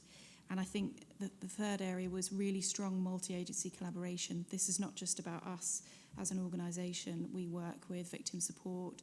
We work with so many third sector organisations across Scotland and the UK that can provide additional support for families. So the learning that was shared there around different agencies that people have used has been really critical in supporting the FLOs moving forward. So a really important area of work. Thanks for the question. Thank you very much indeed. Chief Constable, thank you very much indeed for your report and the team for their support in answering our questions. I'm going to move on to agenda item 6, the Chief Executive's report. Thank you, Chair. I'll take my report as read. There are a number of items in my report that are going to be dealt with elsewhere in the agenda today. Firstly, just touching on budget, there's probably not much I'd like to add over and above the Chief Constable's excellent summary, other than to say that the phrase radical simplification has particular resonance for me. I think it's the right language, and I think it really describes very well the task that we have in front of us, given the financial challenges that we face. So hugely supportive of that, and I know we're talking more about the budget a bit later on. The best value audit is going to be covered by HMICS and Audit Scotland later, so I'll wait for that item before saying too much on that. The mental health distress and crisis event we discussed earlier. And just finally, if you'll indulge me, Chair, just a quick word on the Your Voice Matters results for the SP corporate team. I just want to thank everyone in my team for creating what is very clearly and demonstrably a very positive work environment. So they have my sincere thanks for that, and also thanks to my predecessor, Lynn Brown, for playing a significant part in creating that environment as well. So on that note, Chair, I'm happy to take any questions on my report. Thank you very much indeed, Chris. I'm going to open up for questions now. I have Andrew. Thank you very much, Chair. As the Chief Executive mentioned, we're considering the best value report in a couple of agenda items' time. That document has quite clear recommendations and timelines attached. I note that the CEO references a joint improvement plan which is being developed and will be presented to the Audit, Risk and Assurance Committee in May. Can I just have a bit more information on how the governance monitoring, specifically timing of that, will be reflected back in reports to the board? Thanks, Andrew. Yes, as you say, the action plan, which is a joint action plan, is currently under development with Police Scotland colleagues and Forensic Services colleagues as well. And we expect that we're going to be presenting that plan to the Audit, Risk and Assurance Committee in May, and progress against the plan will also be monitored through ARAC as well. Finally, our external auditor, Grant Thornton, also confirmed that they will follow up on the progress as part of the work, which will report to the board in September along with the annual report and accounts. Thank you very much indeed. And Nicola. Very much, Chair, and thank you for the report, Chief Executive. I noted with regard to PCC and the input on police reform, and whether you could comment on anything of note that perhaps could connect to the best value audit report. Thanks, Nicola. So I suppose the first thing is probably just to address the Home Office Police Reform white paper, which is obviously behind the item in my report. So as you'll be aware, there are a number of fairly radical reforms being proposed for policing in England and Wales that can be very crudely summarised as the abolition of police and crime commissioners, a new model of governance via either strategic authority mayors or local council leaders in the form of policing and crime boards, so not dissimilar, I suppose, to an authority-style arrangement that we see here, and also a high degree of consolidation and nationalisation of a number of key functions across the country. So obviously there are some key similarities with policing reform in Scotland, and on that basis it's probably fair to say that APCC and other stakeholders in England and Wales have a particular interest in what's happened in Scotland in terms of police reform. And for us as the SPA, they're particularly interested in governance and oversight and how that has changed from legacy arrangements to what we have today, like I say, especially given some of the similarities to what is being proposed for England and Wales going forward. I'm not sure that there's an overt link to the best value report per se, other than obviously the best value report it's a very important appraisal of how police reform has been successful or otherwise over the last decade in Scotland. Thank you. Thank you. Is that a connecting point about any additional points that we could consider in the action plan on a go-forward basis, and perhaps that will be picked up at another time? Um, points in the action plan specifically resulting from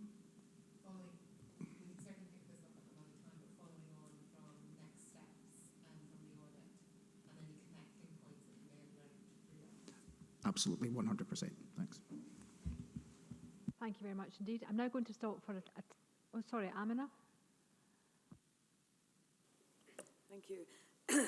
Sorry, I just wanted to ask Chief Executive if it hasn't been covered in any of the agenda items thus far. If there's been any conversation between yourself or the Chief Constable regarding the judicial review around Palestine action and effectively the ban being ruled as unlawful and the implications that will have for policing protests, also I suppose in some sense implications for the authorities' governance or in that area. Yeah, I think it's probably a quick question more for the Chief Constable if she wants to come in. Thank you. We obviously followed keenly the legal challenge, and now the reporting is that there's further legal challenge. So we'll await the outcome of that appeal. As I understand it, the ban remains in place. And I know that, correct me if I'm wrong, but I think that there have been different approaches or statements made by different forces across the UK. For example, the Met Police are saying that they're not going to be focusing on arrests so much as gathering evidence. What's the position of Police Scotland?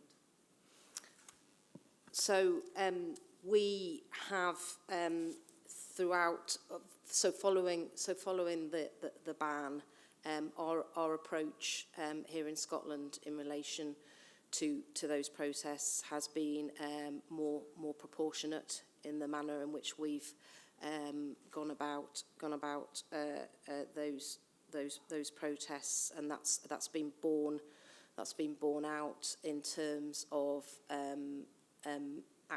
criminal action taken in terms of quantity, but also in terms of the feedback that we've received. So first and foremost, our approach would always be to engage with individuals involved through our police liaison officers, and that sets the right tone, both in terms of recognising people's right in relation to having a voice heard, but at the same time being clear about the manner in which we will go about policing those demonstrations. So I'm satisfied that we've got the right and correct approach, that it's proportionate, and we'll await the final outcome of the appeal. Thank you.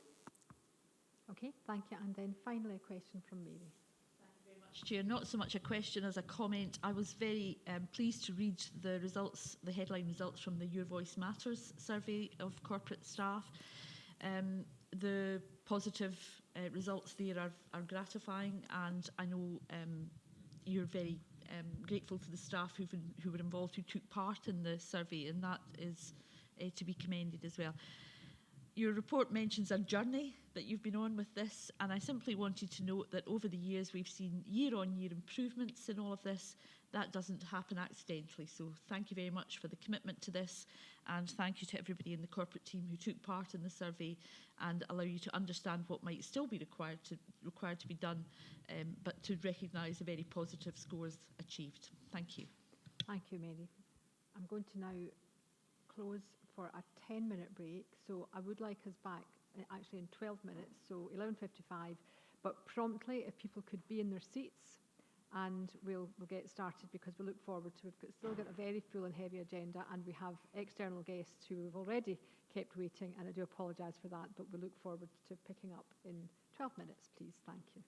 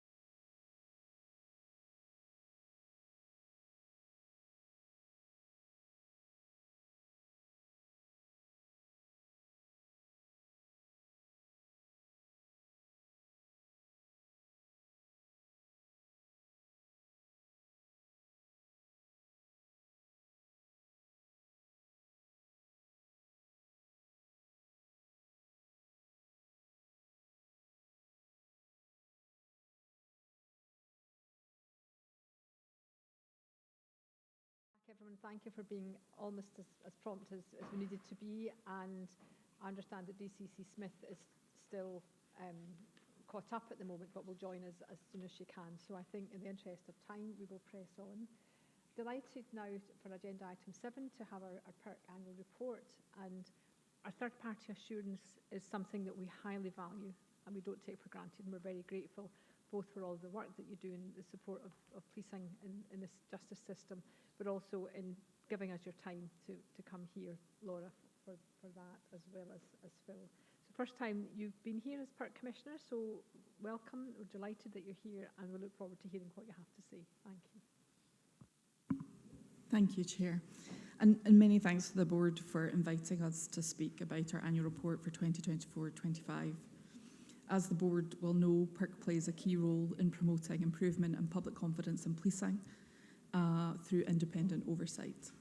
And our focus is on providing the best service we can to the public and to our partner agencies, and encouraging learning and improvement in the policing service provided to the public. The key theme of our annual report for 24-25 is managing our increasing demand, and that applies across our two main business areas, investigations and reviews. The cases we investigate arise from two main sources. So there are incidents that the Crown directs us to investigate, such as a death in custody or a criminal allegation against the police. And there are incidents referred to us by the Chief Constable or by the SPA.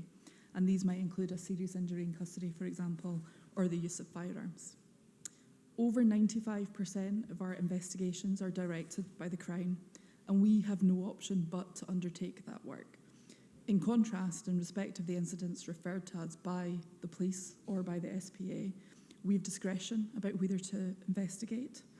So obviously, the more work that is directed by the Crown, the less scope we have to undertake discretionary work. The Crown has issued a standing instruction that all allegations engaging Article 3 of the European Convention on Human Rights come to PIRC for investigation, and that includes all allegations of assault made by a member of the public against the police. And it's really these cases that make up the majority of our investigative workload. As you'll see from our annual report, in the last quarter of 24-25, we experienced a 239% increase in the number of investigations commenced compared to the same period the previous year. And that was a direct result of changes to the law and corroboration arising from the Lord Advocate's references. We aim to complete our investigations within either 90 or 120 days, depending on their nature and their complexity. And you'll see that in 24-25, our performance was very good. We completed 100% of our Category A investigations within 90 days, and 98% of our Category B and C investigations were completed within 120 days. However, the increase in demand that began in the last quarter of 24-25 has a real impact on what we are able to deliver. So while we can remain focused on delivering high-quality investigations, we are not going to be able to complete those investigations as quickly as we would like and as quickly as we have done in the past. That means that the complainer and the subject officer are required to wait longer for an outcome, and it also has an impact on our staff who are carrying very heavy caseloads. We therefore sought additional funding from the government in 2025 to help manage that increased demand, and we weren't able to secure that funding for this financial year, but we have received an uplift for next year, for which we are grateful, although it is not all that we consider that we require. Moving on to reviews, where a member of the public has made a complaint to Police Scotland or the SPA and is dissatisfied with the response, they can apply to PIRC for a complaint handling review. And in 24-25, we experienced a 12% reduction in applications for a complaint handling review, but we believe that's linked to a decrease in the number of complaints that were being concluded by Police Scotland. As Police Scotland tackles its backlog of complaints, we're expecting to see the number of applications to PIRC rising significantly. We're also seeing an increase in the proportion of complainers who request a complaint handling review. So in 24-25, more than a third of eligible complainers came to PIRC. And that was up from just 13% in 2019-20. We're also experiencing a surge in inquiries from members of the public, and these are often people contacting PIRC for information, and they're often contacting us prematurely before their complaint has been concluded by Police Scotland.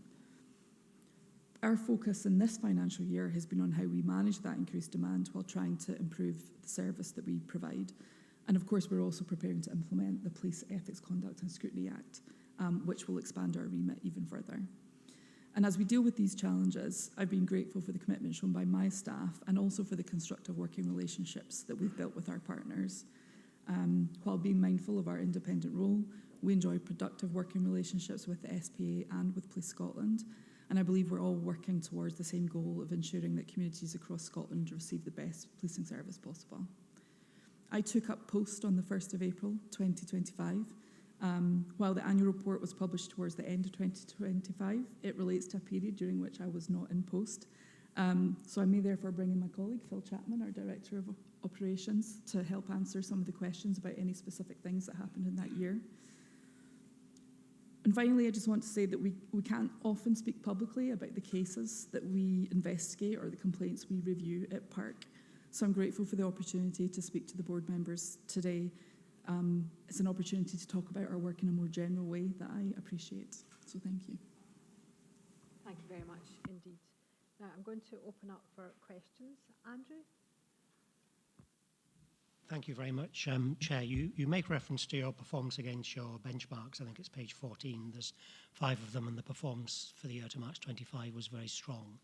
But you've also made reference in your presentation to very difficult pressures since that year end finished.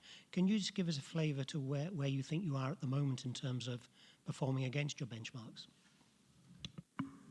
So performance for a good part of this financial year remained good, but it is dipping, and we're expecting it to dip even further. Like I said, we have an uplift, a budget uplift, which will assist us next year, but that's obviously not kicked in yet, and it'll be a while before we really feel the benefit of additional staff, for example. Another thing that's maybe delaying seeing the impact of this increased demand in our performance figures is that we count our investigations once they're complete.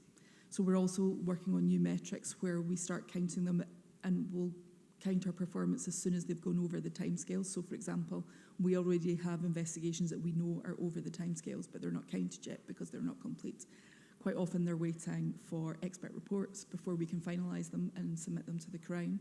So we're developing some new metrics that will allow us to more accurately chart our progress over time.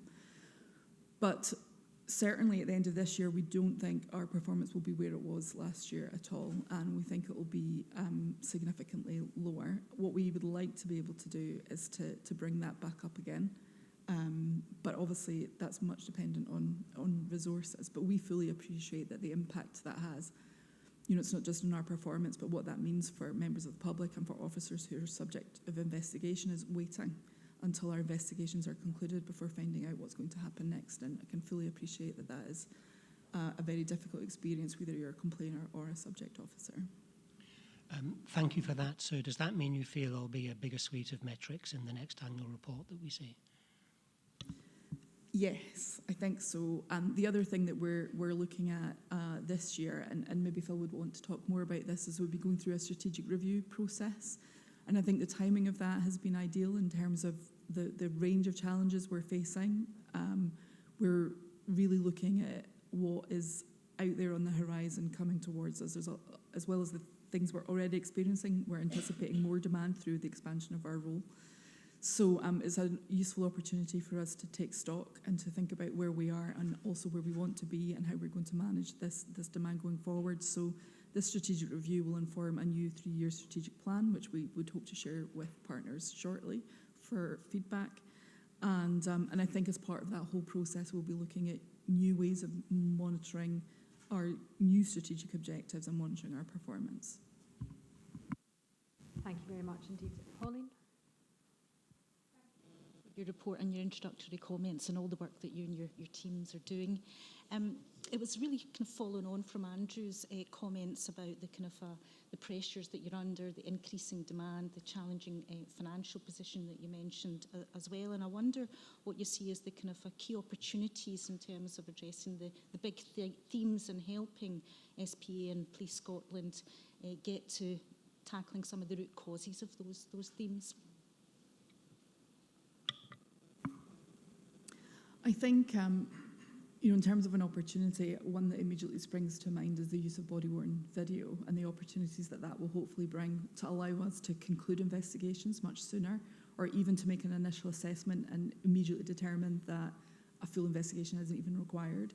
We're definitely seeing some examples of that, although on the converse, we're also seeing some where the body-worn video shows us that an investigation is actually merited, when previously we might have not had that evidence to support that before.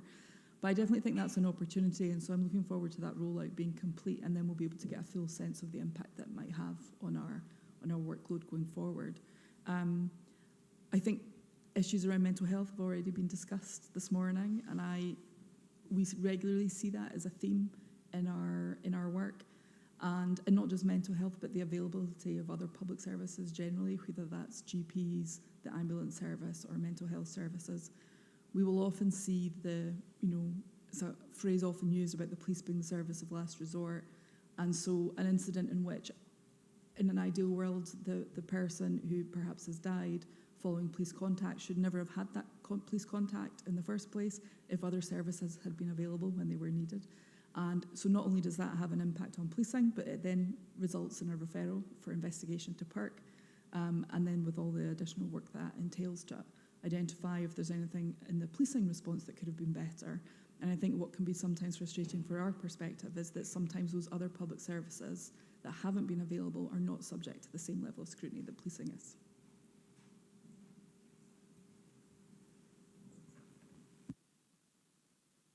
Thank you very much indeed, Chris. Thank you, Chair, and thanks very much for your report, which makes very interesting reading. Page 5 of your report refers to something which you referred to in your introductory remarks, the backlog of cases and the progress being made to deal with that. I just wondered if you had any kind of broad reflections on, notwithstanding your independent role, notwithstanding our respective roles and responsibilities as the authority, as Police Scotland, how we can work together to ensure both a robust, on the one hand, and a proportionate response on the other to dealing with complaints, which is in the best interests of effective policing and public trust and confidence. I think in some ways the answer is in your question, which is that I do think working together is a key part of that response to the backlog. And I'm pleased to say that, albeit that the backlog is a matter of concern to us, as you can imagine, we are having constructive discussions with both the Police Authority and with Police Scotland about how that's being tackled. I'm aware that very recently there have been significant steps taken to address the backlog, and we really welcome the attention that has been given to it by Police Scotland.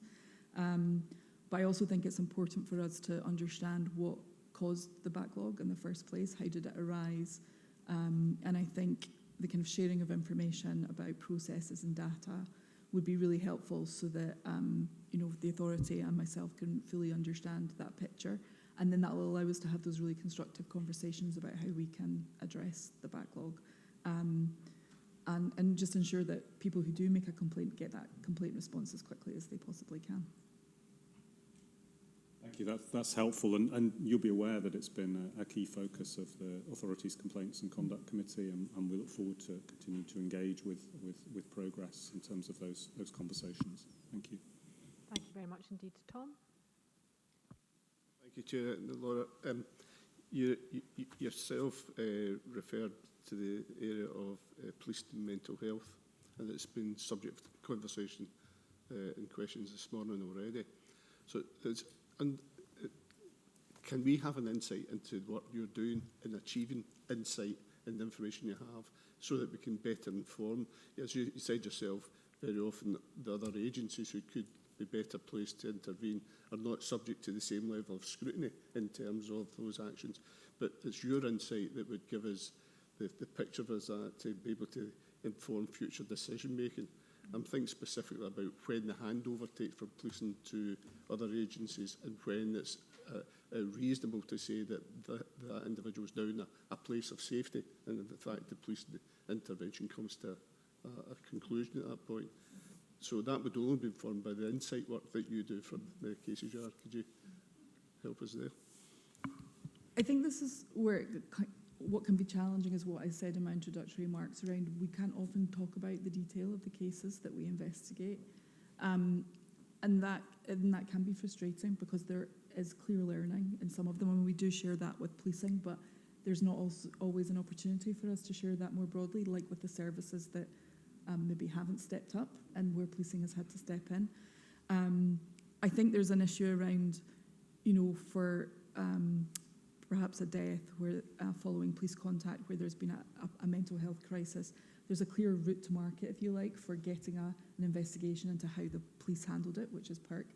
But there's not such a clear route to market in terms of getting oversight of some other organisations. But that's not to say that when we're feeding back to the Crown that they aren't themselves thinking about those broader services. I don't know, Phil, if you want to come in and say anything else about some of those mental health challenges. Yeah, thanks. There's a few aspects to deaths. The police can obviously refer death staffs following police contact. The Crown refer quite regularly deaths where we have to carry out that investigation. Figures-wise, we are sitting this year currently at 64 referrals for deaths. Of that, we have taken on a significant number of investigations. A number of the police referrals, we have not proceeded to full investigation. What we have started to look at and recommend back to the Crown is where we can identify areas where the issue, whilst the legislation is quite clear that the Crown it can instruct the PIRC following police contact deaths, the issue in many instances that we go across and look at is that the police essentially have had the last contact with an individual. Where we find it quite challenging is that we are not there's no statutory instrument that allows us to look at healthcare services, Scottish Ambulance Service, all the other partners involved in that. So we can take most of these investigations to a point, which is to look at the conduct of the officers. Bearing in mind, we're very alive to the fact that it's traumatic, where circumstances where officers have engaged in resuscitation, trying to medically provide care that frankly is not for them to do, but they do it. The trauma that we put people through, we're well aware that whilst we try and engage very professional in the manner in which we engage with the police and practices that have been developed in years, the scrutiny is clearly on the officers and what they have done. So in terms of where we're at, where we can identify that there are other issues, we articulate that to the Crown, and it's a matter for the Crown. Now, they may end up in a fatal accident inquiry if it's deemed appropriate by Crown Counsel. In that event, they would be compelled to consider our report and our findings about other service providers and whether there's been any gaps in service provision. Okay, thank you very much indeed. Laura, Phil, that's been most helpful. Thank you. Look forward to continuing to work forwards and I think in particular to look at the improvements and the learning we can take forwards. Thank you very much indeed. We're now moving on to our best value report, and I think we will have Craig Naylor and Fiona Mitchell-Knight from Audit, well, Craig's our HMICS and Fiona from Director Audit Scotland, and we very much look forward to hearing what you have to say about your best value report, which you've already heard has stimulated quite a bit of interest around the board table and with Police Scotland. So when you've made yourself comfortable, then I'm just going to hand straight over to both of you. Thank you. Thank you, Chair. I'd like to make a few opening comments and thank you for the invite to come and speak. Today, Audit Scotland and I present the joint report of Best Value in Policing, which is our first Best Value audit across policing since reform in 2013. Our audit assessed how effectively policing demonstrates continuous improvement in delivering strategic outcomes, the overall vision for policing, and the transformation of services. The audit considered policing as a whole, so that's the Scottish Police Authority, Forensic Services, and Police Scotland. Policing in Scotland is a major public service with, in 25-26, about £1.5 billion worth of revenue and £70 million in capital. The workforce includes 16,500 officers and almost 6,000 staff. Demand is high and increasingly complex. While public trust in the police remains high, confidence in local policing has declined. We found clear strengths, but also areas requiring faster progress to demonstrate continuous improvement from significant public investment. Senior leaders and the senior leadership team work well together and are focused on delivering the next phase of reform. We've heard much of that today. Police Scotland's 2030 vision has sharpened its organisational focus, and the 2026 review of statutory plans offers a key opportunity to clarify overall priorities and improve alignment across policing. And I know later today, Chair, you will consider the strategic policing plan, which will be presented to this board. Governance arrangements are generally effective, with good levels of oversight and scrutiny. However, opportunities exist to streamline committee work and to reduce duplication. Again, something we've heard today. Financial management is strong, with balanced budgets delivered since 21-22 and progress made in medium-term financial planning. But policing still needs to set out a financially sustainable model for the future. Completing its updated medium-term financial plan in the next 6 months is essential to setting out demand, pressures and the options to address them. Despite a clear intent to build a thriving workforce, Police Scotland's workforce planning remains underdeveloped. There is no evidence that the current police officer and staff numbers are the right ones for future policing, and a clear plan aligned to medium-term financial scenarios is required, along with improved management of absence levels and officers on modified duties. Policing is pursuing significant transformation, including how technology supports policing. However, transformation has not been as well managed as we would like to see, and benefits have not been as well demonstrated. Current digital, estate modernisation and wider transformation plans will require effective prioritisation and management and significant investment. Although lots of performance information is published, it does not clearly show progress against strategic outcomes over time. Policing needs outcome-focused success measures and clear baselines to show progress and demonstrate whether the next phase of reform is delivering its expected benefits. Policing is self-aware and recognises where improvement is needed. It should now take a coordinated approach to continuous improvement and organisational learning and embed the principles of best value across the system. Delivery of an improvement action plan in response to our report will be a key part of this. And I'm going to invite Fiona to say a few words around the recommendations we've made and the indications of what that looks like in the future. Thank you. Thank you, Craig, and I welcome the opportunity to speak to you today about the findings from our review. And as Craig has already explained, it's a joint report from HMICS and Audit Scotland, but we've also worked closely with the external auditors of SPA Grant Thornton, ensuring consistent findings in the report. So the approach we took was to assess how effectively policing demonstrates best value, and we used the best value themes in the Scottish Government guidance as the basis for this. But in summary, as Craig has explained, we're looking at how effectively police demonstrates delivery of the strategic vision and outcomes. There's lots of improvement is taking place. Our work has identified that policing is self-aware and recognises where it needs to improve. And there is evidence over time in key areas of best value. And I'm sure you won't mind me repeating some of the positive assurance that Craig's already referred to. So senior leaders work well together and have a clear vision. Governance arrangements are effective and financial management is strong.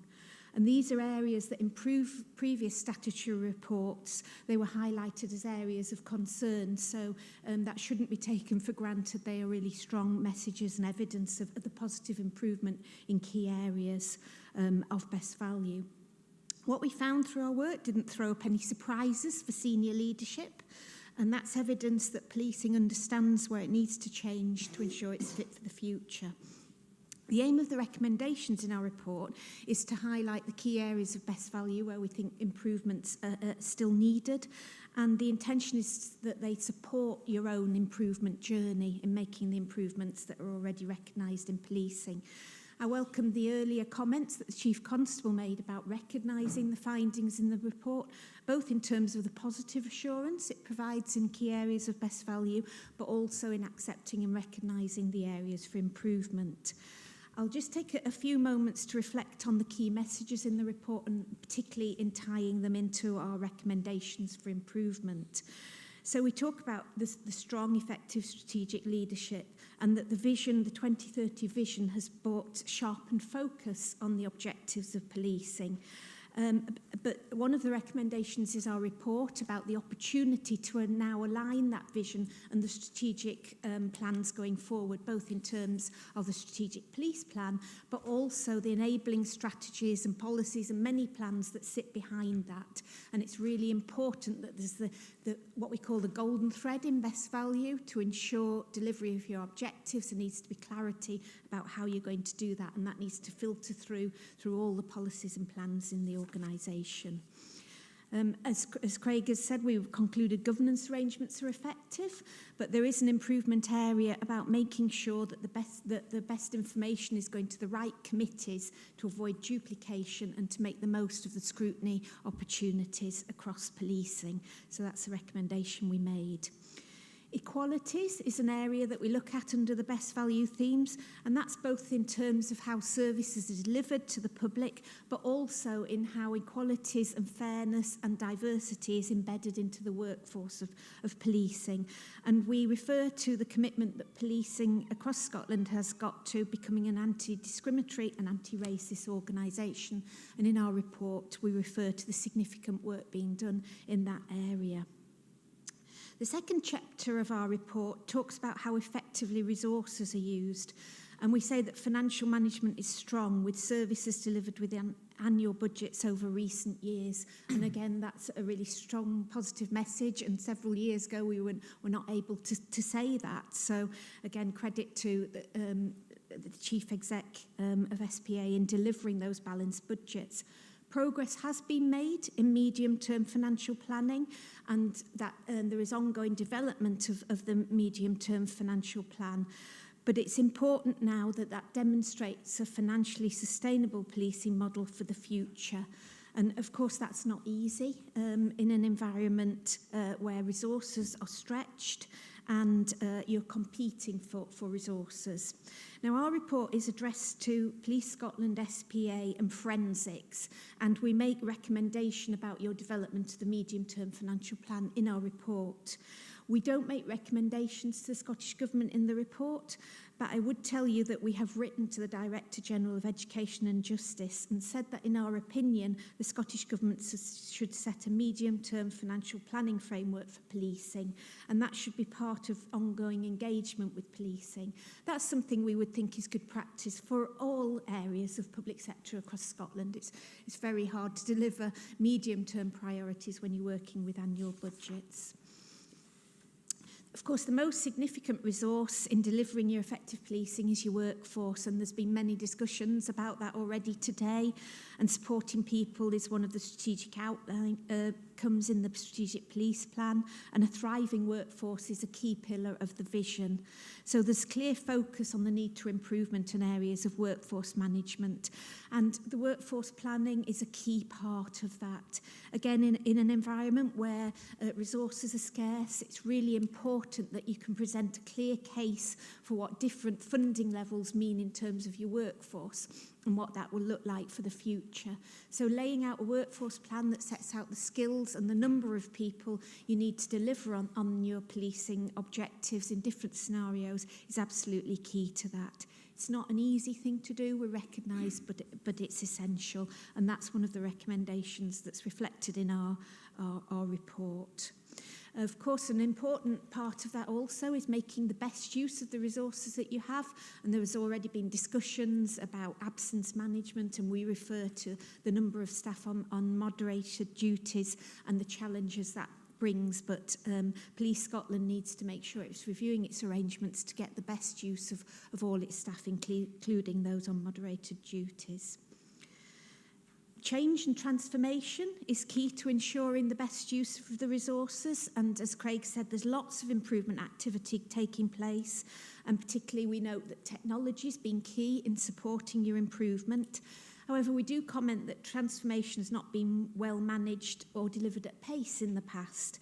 So we welcome the fact that plans for transformation, digital and estate modernisation are now in place. And we have included a recommendation that policing needs to make sure it reviews the activity to how it has it around its governance arrangements in delivering on the transformation. Particularly important that policing lays out the expected benefits from transformation and reports progress against that. So that's an area that hasn't been strong in the past. Chapter 3 of our report refers to the partnership working, and this is an area of particular strength that we report on in policing, and we say partnership working is a strength. Police Scotland proactively leading collaboration and improving multi-agency working towards delivering better outcomes for the communities. And we refer to a couple of case studies in the report around the criminal justice system and making better use of the resources within that system, which has again already been discussed earlier today. And we refer to the mental health partnerships, again a key part of the discussions today. And we welcome the joined up approach policing is taking towards driving improvements in those areas. We also reflect that working relationships with the Scottish Government and local government are positive. The final chapter in our report looks at how well police is performing and how effectively demonstrating continuous improvement. And in that we refer to many of the statistics that were reported in policing's own annual report. So we refer to crime levels and crime detection rates, which have remained static over recent years. And we reflect on the changing nature of crime, which again, you know, is reflected in your discussions today. And as crime is changing, police's response needs to respond also to that. We refer to the public trust in police remaining high, but reflect on the fact that public confidence in local policing has declined over time. So recognising this, policing has already recognised that community policing is a key focus of the 2030 vision.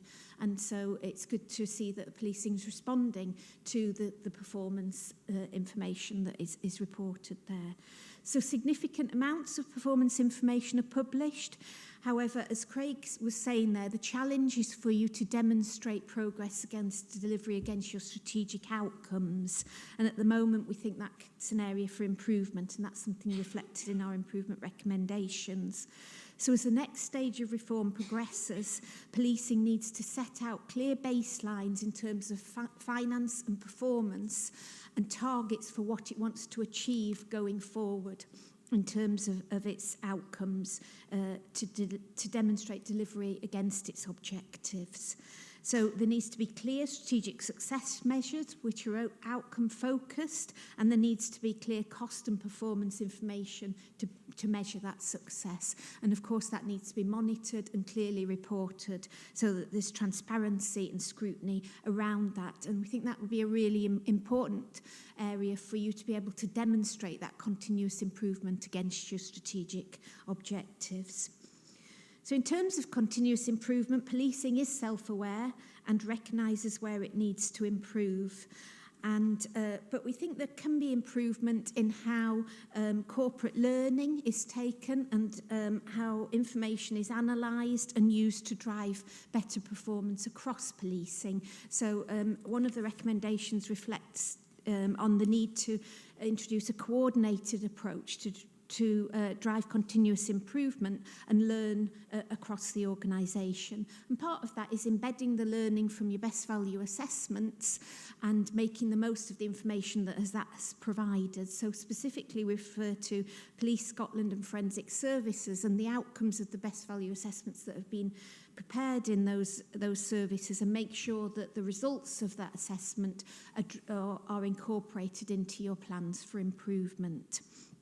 We also reflect specifically on the need to develop arrangements to share and facilitate organisational learning, so it's making the most of that learning across the organisation. So that's a bit of a whistle-stop tour through the key messages and recommendations. But next stages, so I welcome the clarity that the Chief Executive brought about the Improvement Action Plan going to the May Audit and Risk Committee. And of course, you as the board will have a role in monitoring progress against the actions in terms of the best value response. From an external oversight approach, so Audit Scotland, HMICS and the external auditors, Grant Thornton, will all be keeping an eye on you. So this is not a report that you can put on the shelf and forget about. And specifically, Grant Thornton will be reporting progress against the action plan points in their annual audit report in September. And that is something that the Auditor General and HMICS will pick up and monitor. So thank you very much for the opportunity to speak to you today, and we're happy to answer any questions you have. Thank you. Craig, Fiona, thank you very much indeed for that, but also for giving us a real framework and support in terms of how we can move forwards to continue on this journey. Now, I know I have a number of board members who want to ask questions, although I also know that some of them will be for the Chief Constable rather than yourself in terms of your very fulsome output. But before I open up to board members, I'm going to ask the Chief Executive if he wants to say anything, and then I'll ask the Chief Constable if she wishes to say a few words on it as well.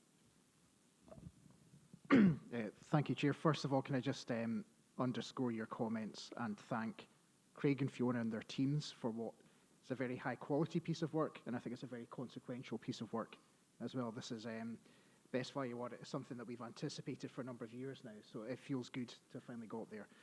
I just wanted to make two quick points. The first one being just, I think what this report describes is a well-led organisation, and if I think specifically about Police Scotland and the Chief Constable and her leadership team and the improvements that they've driven over the last few years, I think that's something that comes across quite strongly in this report.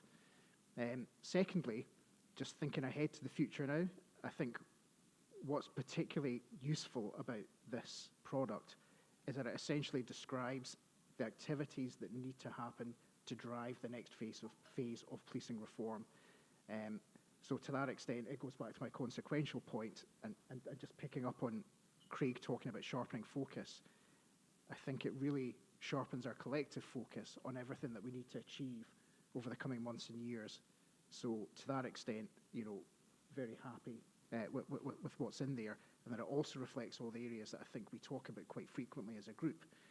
But just to have it writ large in this report and to be developing an action plan to underpin it and just be really focused on that delivery, I think it's going to make a big difference. So I just wanted to make those points. Thank you.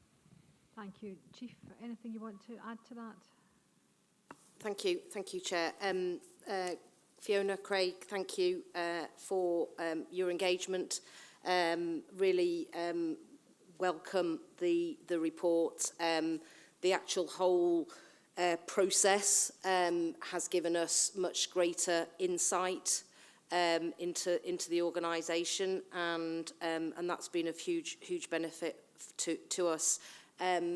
Alan and I are at the Public Audit Committee in a few weeks, and that will give us further opportunity to explore the issues. But I'm grateful for your engagement of all of the teams, and as the Chief Exec says, it really directs us to support our next phase of reform, and we'll welcome the ongoing engagement. But thank you. Thank you very much. I'm now going to open to board members who I think have some for our guests, but also some questions for the Chief Constable. I'm going to go to Chris Cregan first. Thank you, Chair. Thanks, Craig and Fiona, for your report and for your quite detailed whistle-top tour. Really welcome the report, welcome the recognition of progress, but also welcome the challenges that it sets out for policing and how we can collectively respond to those. You've to some extent touched on these things, but I was interested in particular to hear from both of you on any further reflections you have on a couple of issues. One, partnership working, and I think given its criticality to public service reform, You see it as a strength, but clearly, and I think we've discussed this in this very room before, Craig, there are both challenges and opportunities there, and any further reflections you have on either of you have on those. And then the commentary and the recommendations, both on performance reporting and monitoring and governance and oversight, which seem to me in some ways to be two sides of the same coin to some extent, and any further reflections you have on that. And then Craig, specifically for you, any further reflections you have on the way in which the findings in this report align to, sit alongside a kind of broader body of learning that you have from within the inspectorate, from previous reports and upcoming reports. Thank you.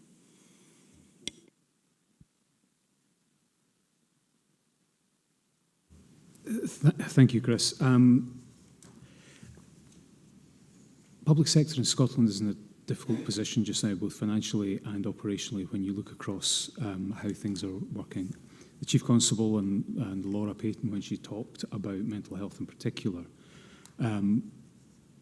is talking about stuff we have reported on previously. So linking your first and second question together, Police Scotland have worked incredibly hard with Scottish Government and other partners to improve the service delivered to people in mental health crisis. We have been really impressed with the drive, determination within Policing Together and local policing divisions to make that as best it could be. We feel let down by other partners, and I'm not going to name names just now, but there was an event last week which the SPA were involved in, my own team were involved in, which called out a lot of the lack of progress from other bodies.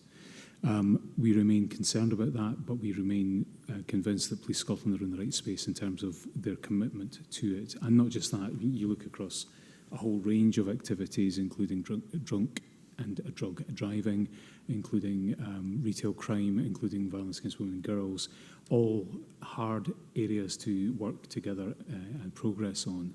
So there are things that can be learned, and over recent years we've seen the authority under Martin's direction work more closely with Solace and COSLA and sign agreements.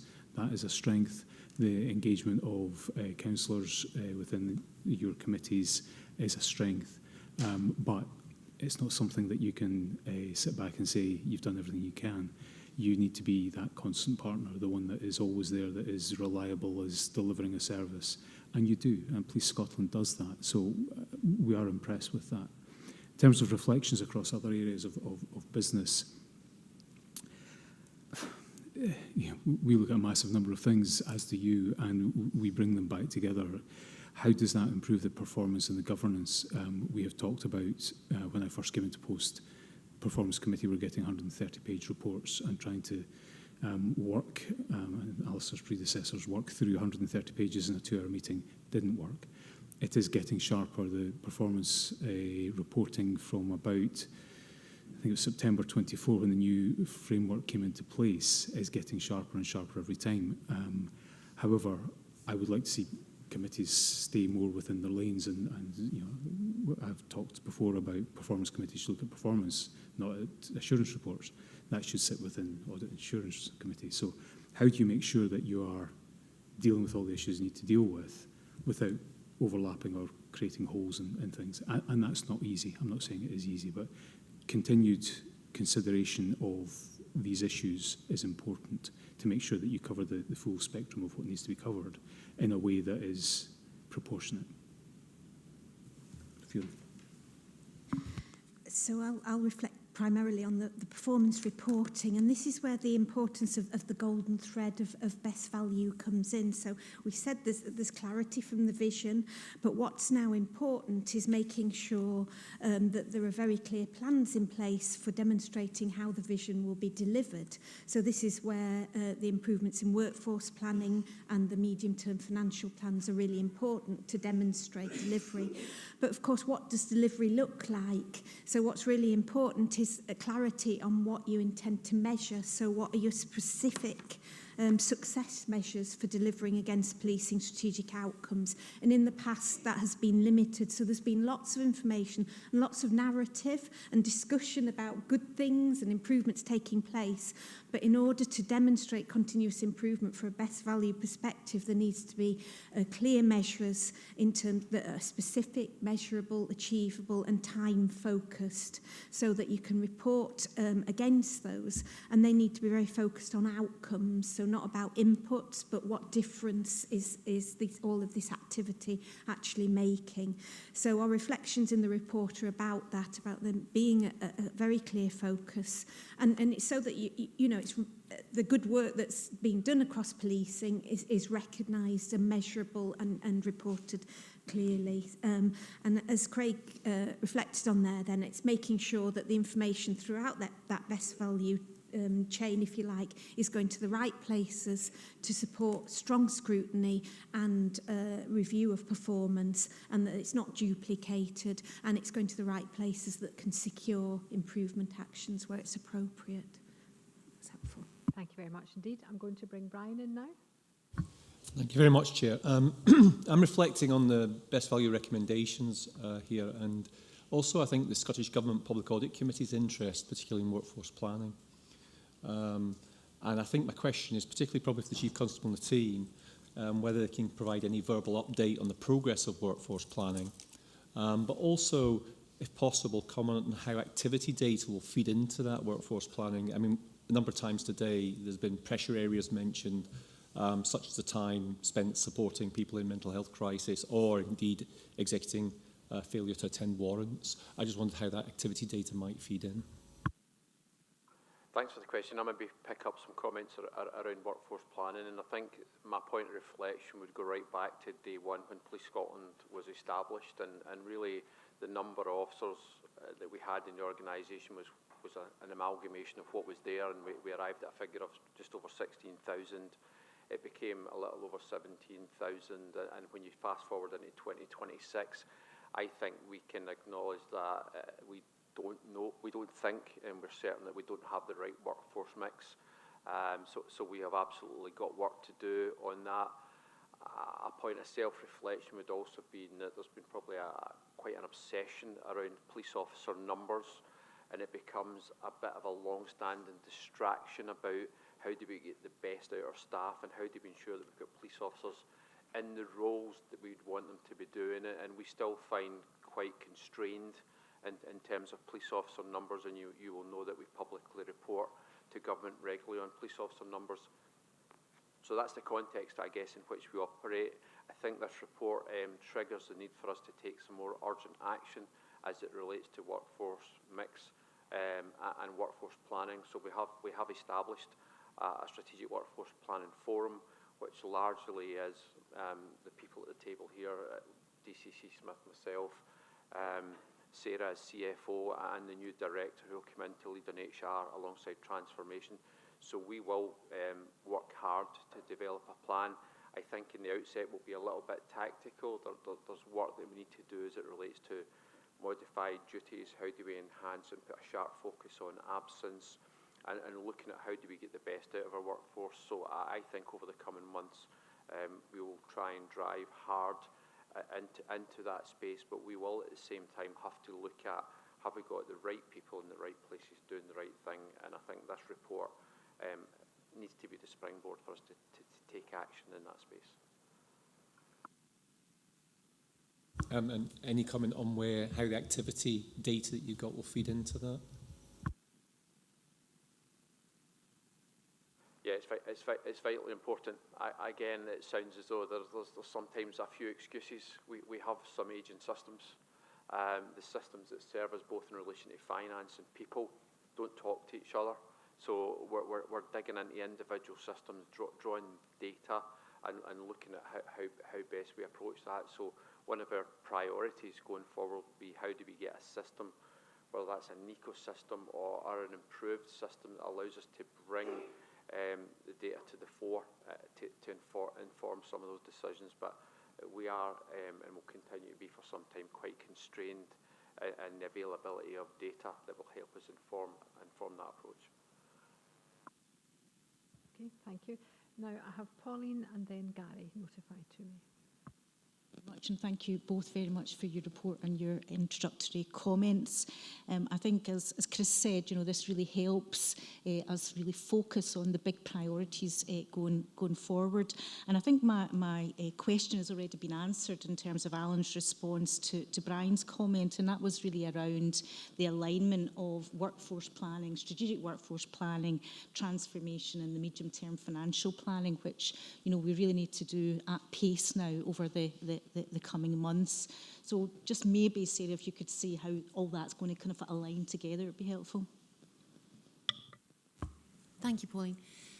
So there's clear recommendations about the medium-term financial planning, and to link that together with the workforce planning, I think we need to have a credible plan. So we can put a medium-term financial plan together. We have committed to doing that post getting through this very detailed budget session.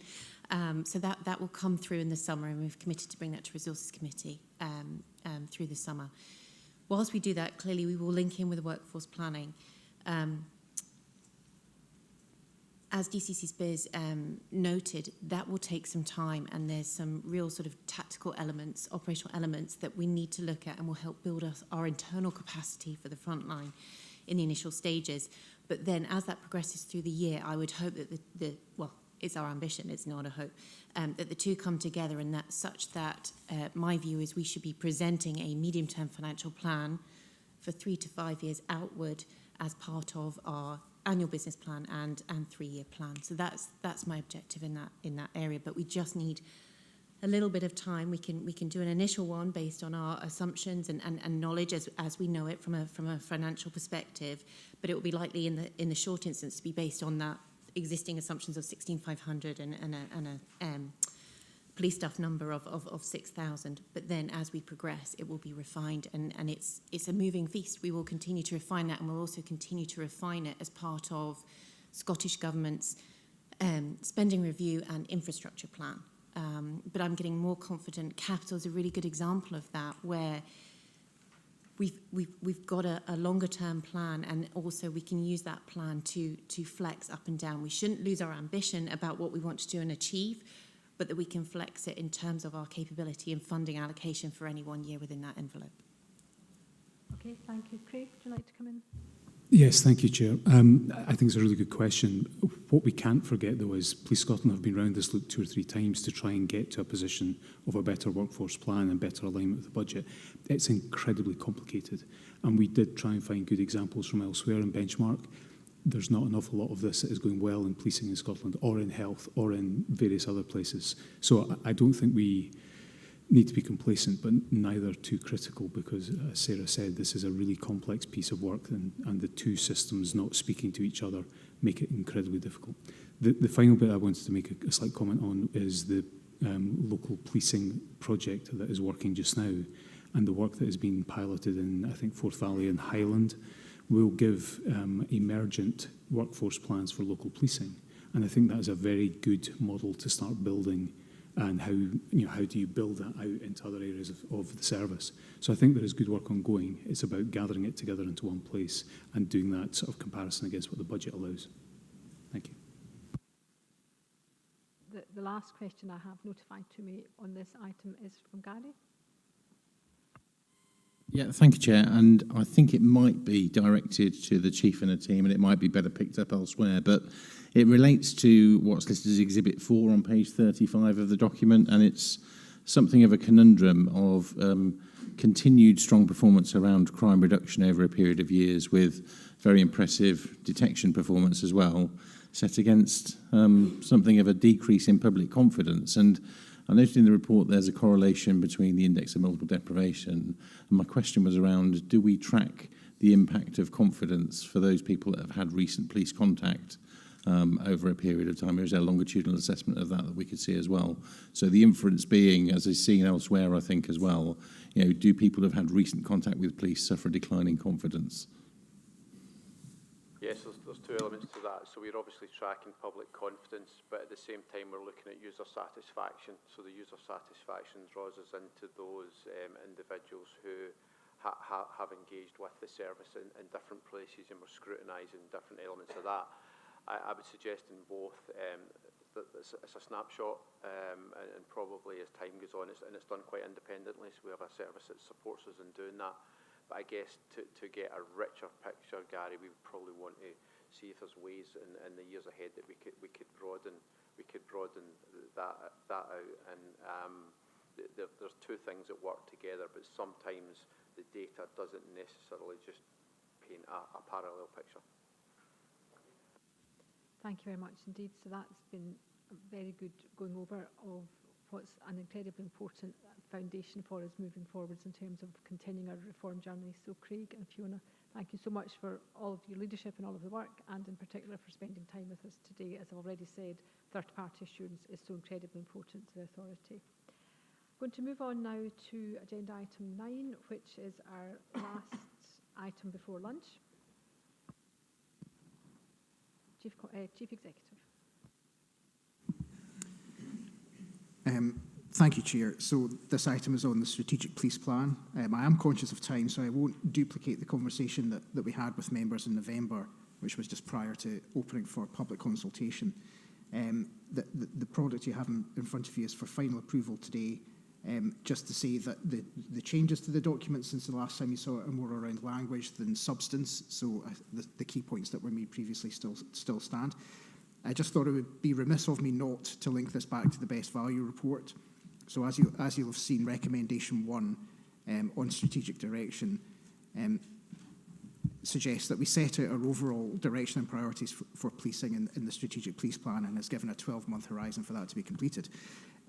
It's delivered now for your approval, and it's something that I think we've been very conscious needs to reflect Vision 2030 and the business plan, the Chief Constable's business plan, and will also inform the SP's own corporate strategy and delivery plan as that is developed over the next 6 to 12 months.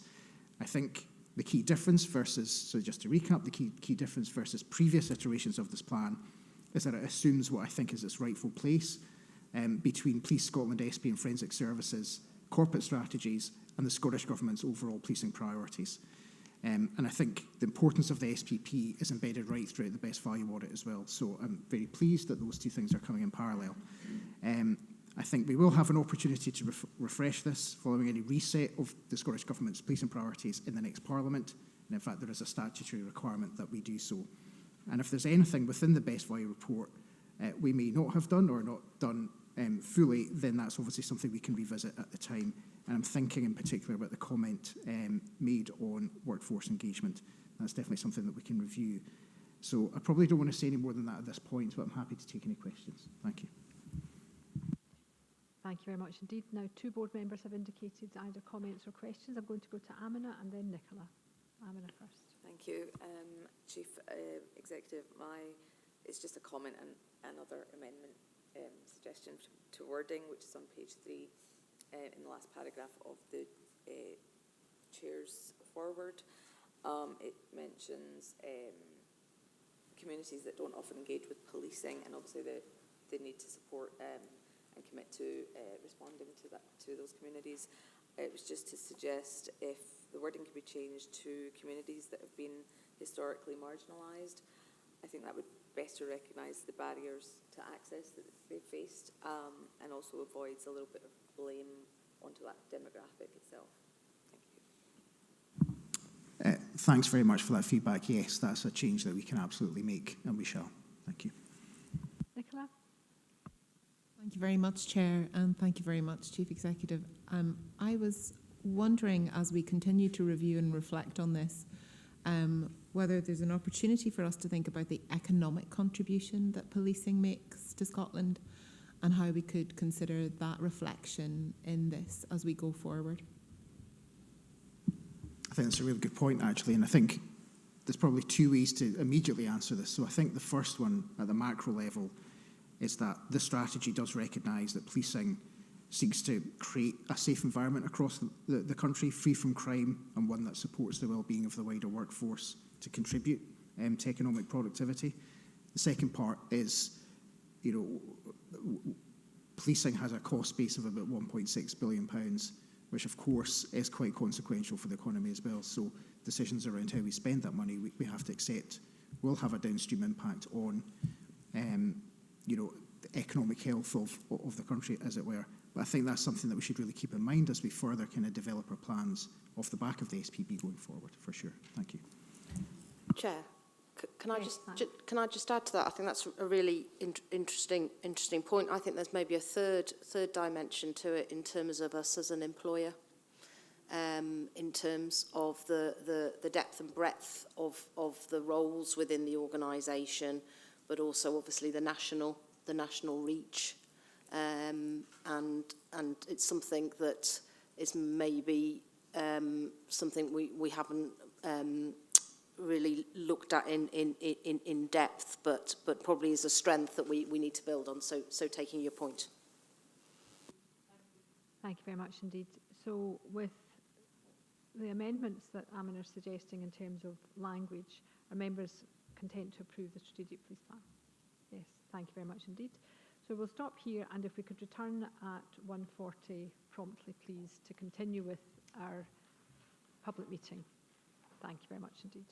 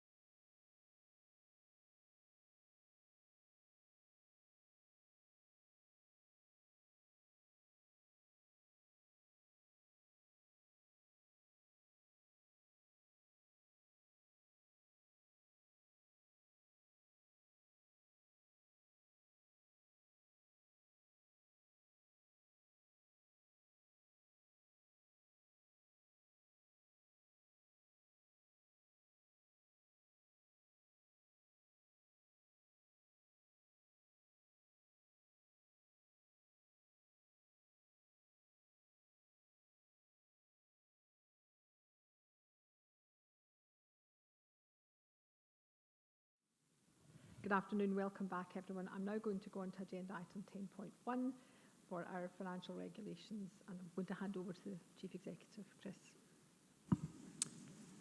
Thank you, Chair. First thing to say is that this has been through Resources Committee and was discussed in a bit more detail there. This is simply the annual review of the financial regulations that the SP undertakes.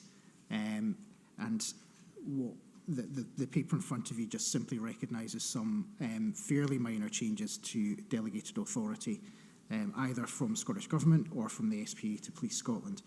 There's nothing particular to call out, so I'm happy just to open up to any questions, recognising that this has been through the committee. Thanks. Thank you very much indeed. And I've been notified that Nancy has a question to ask, please. Thank you, Chair. Looking at the changes in the delegations of authority, there's obviously a positive sign that the limits have increased. So that's good. It shows greater trust in how Police Scotland and the authority manage their budget. I'm wondering, though, for things like special payments, where there is a new layer of authorisation from the Scottish Government based on criteria which look very similar to the criteria that the authority has to apply, how the process is going to work to ensure that it is usefully streamlined and doesn't just cause duplicative work or unnecessary delay. Thanks, Nancy. We're in conversations around that, and I guess from Scottish Government's perspective, as they review their own delegated authority to us every year, they will consider the extent to which they're happy with our internal arrangements, and they'll also look at the throughput through SG and their processes, and whether that's particularly efficient or unnecessary. On special payments, obviously there's an impact on legal settlements, and that's part of a discussion we're having just now, just to make sure that that the process reflects the occasional urgency and time criticality that we see in some of these cases. So that's ongoing. Any other questions from members? No, in which case are we content to approve the changes? Yes, thank you very much indeed. Moving on now to agenda item 10.2 in terms of our financial quarterly performance report, and I'm going to hand over to Sarah. Thank you, Chair. And it's our typical report, so I'll just draw out a few key highlights if that's all right from the report. The report is up to the end of December, which is P9, and as usual at quarter end, we have reforecast. There are Q3 reforecast figures within there. For our new board members, just to update you, we show both the year-to-date actual position, which in this report is against our Q2 forecast, and then the full year Q3 reforecast position against our initial budget that we set at the beginning of the financial year. If I take revenue first, at P9 we are 2 million year-to-date actual under the Q2 forecast, with a Q3 forecast or outturn for the full year showing a 2.4 million overspend against budget. This overspend will be funded via a 2.9 million underspend within our reform, and this results in a net revenue forecast for the end of the year of a 0.5 million underspend overall. The reasons for the overspend within core revenue are consistent to what we've seen throughout the year. So 6.3 million is of unfunded pay award, an increase in ill health pension costs and retirals of 3.4 million, and an increase in officer core overtime of 2.1 million. These have been managed and offset by reductions in police staff costs, 4.7, and an over-recovery of income of 3.7, together with one-off benefits such as reduced pension contributions. I want to reassure the board that we continue to monitor our outturn position very closely, engaging across the business to ensure that we land as closely to budget as possible. The challenges I've noted, though, do remain going into Q4, particularly over overtime and in ill health. But as part of that close engagement and control, we continue to hold groups such as the Overtime Management Group, for example. Should we remain in a potential year-end underspend position, as discussed, of that $500,000, this close monitoring will allow us to maximise our funding through final reallocations and bringing forward spend from next year, which we know will be under pressure. So just to reassure that we are looking at it on a weekly basis now, running into the year-end.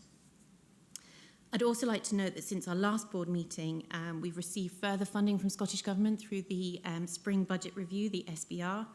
So we've received 24.7 million for OPROL and OPLATE, and that's reflected in our figures. And we also have received the inflation guarantee pay award of 5.5 million, which came through in January and was confirmed in January. We've also received other specific funding totaling 5.8 million, and that's reflected. In terms of capital, our P9 RAG status for deliverability was amber green, and I'm pleased to update the board that in P10 we've moved that to green, so we're getting more confident. We're in a good position there. At P9, 67.6 million, which was 93% of our budget, was committed or spent, and 4.7 million was still to be committed, with 6.5 million of slippage to be found.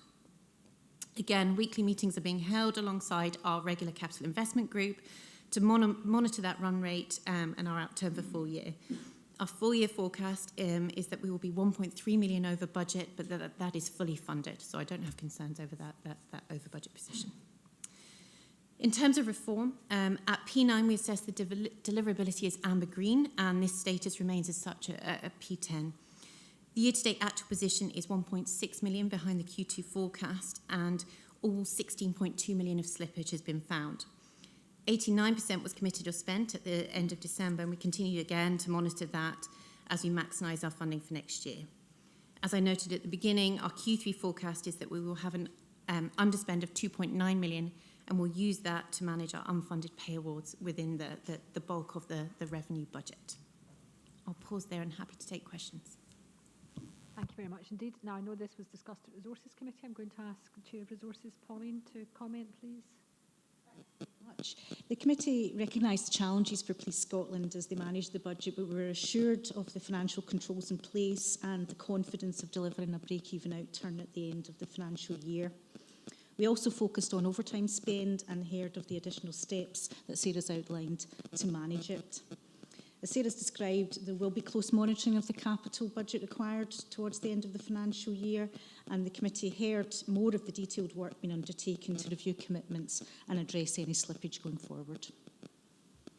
Thank you very much indeed for that. Any other comments or the board members want to have, or we're content to note and thank everyone, because it's a gigantic effort to get to this, both in spend of capital spend, but also in terms of revenue control. So thank you. We're grateful to everyone for that, and obviously for the oversight of the Resources Committee. I'm now going to move on, staying on money. So we've got the 10.3, the budget update, and I'm going to go back to you, Sarah. Thank you, Chair.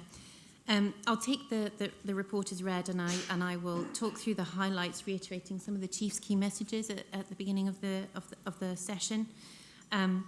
The SPA, Forensic Services and Police Scotland, received their draft FY 26-27 funding allocation on the 13th of January.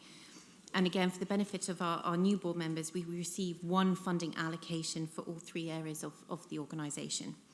We receive a revenue and a capital budget, and we internally allocate a ring-fenced reform budget out of revenue and capital for our transformational projects.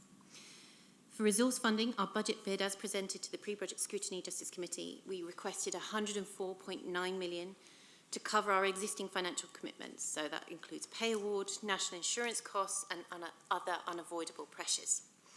The 104.9 million, as the Chief stated, was essentially to stand still. A further 33.7 million was requested for investment in policing to continue to deliver workforce modernisation, strengthen community policing, and support our counter-terrorism and organised crime response. As part of the draft allocation, we received a total uplift of 90.3 million in resource funding. That's 14.6 million lower than our standstill request. And since then, our inflation guarantee pay award has been crystallised, and this increases the pressure further by another 5 million. We received no funding against our investment ask.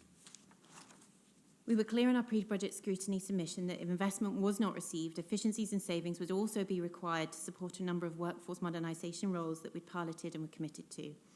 The result is a very challenging budget settlement, and that's exacerbated by the limited levers that we can pull with a high pay, non-pay ratio of 86 to 14%.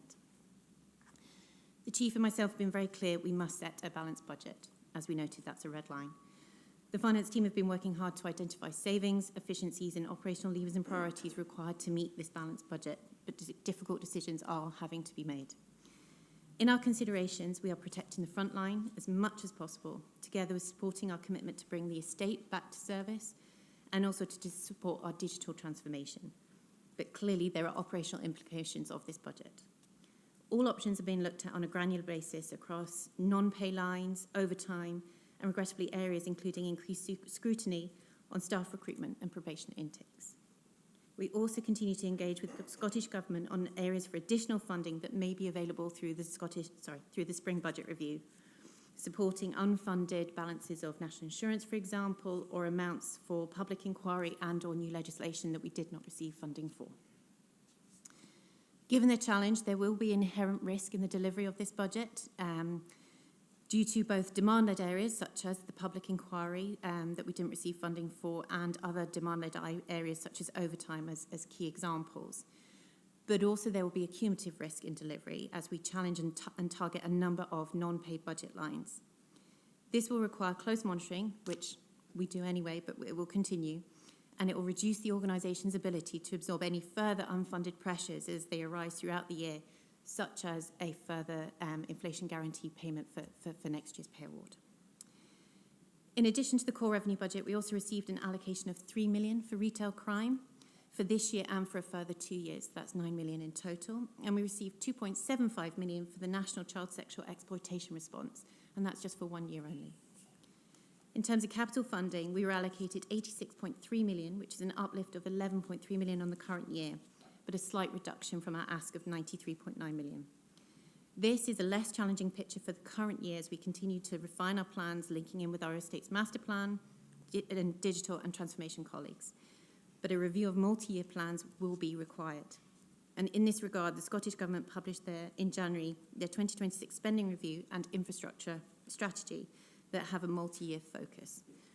The expectation is that both resource and capital budgets will be under increasing pressure, so to expect flat cash positions in resource and potential decreases in capital allocations over future years. We therefore need to make decisions that are sustainable and build these into our medium-term and longer-term planning. In terms of where we are, we'll continue to finalise the budget in detail, engaging closely with the authority to bring that balanced budget for approval to both Resources Committee and then through Board on the 26th of March. Thank you. Sarah, thank you very much indeed. And again, I understand this was discussed at Resources. I'm going to ask Pauline for some comments, please. Much. Yes, the committee discussed the ongoing work at length at our meeting earlier this week, and we note the extensive work going on to set a balanced budget. We heard about the challenges around that, and Chief Constable has updated us further today in terms of the consequences for policing and keeping the country safe. Thank you very much indeed. Any board members have any comments or questions, or have we rehearsed this through the earlier part of the meeting as well? Okay, so we'll note that. Thank you very much indeed. So that concludes our business being taken in public. We're going to pause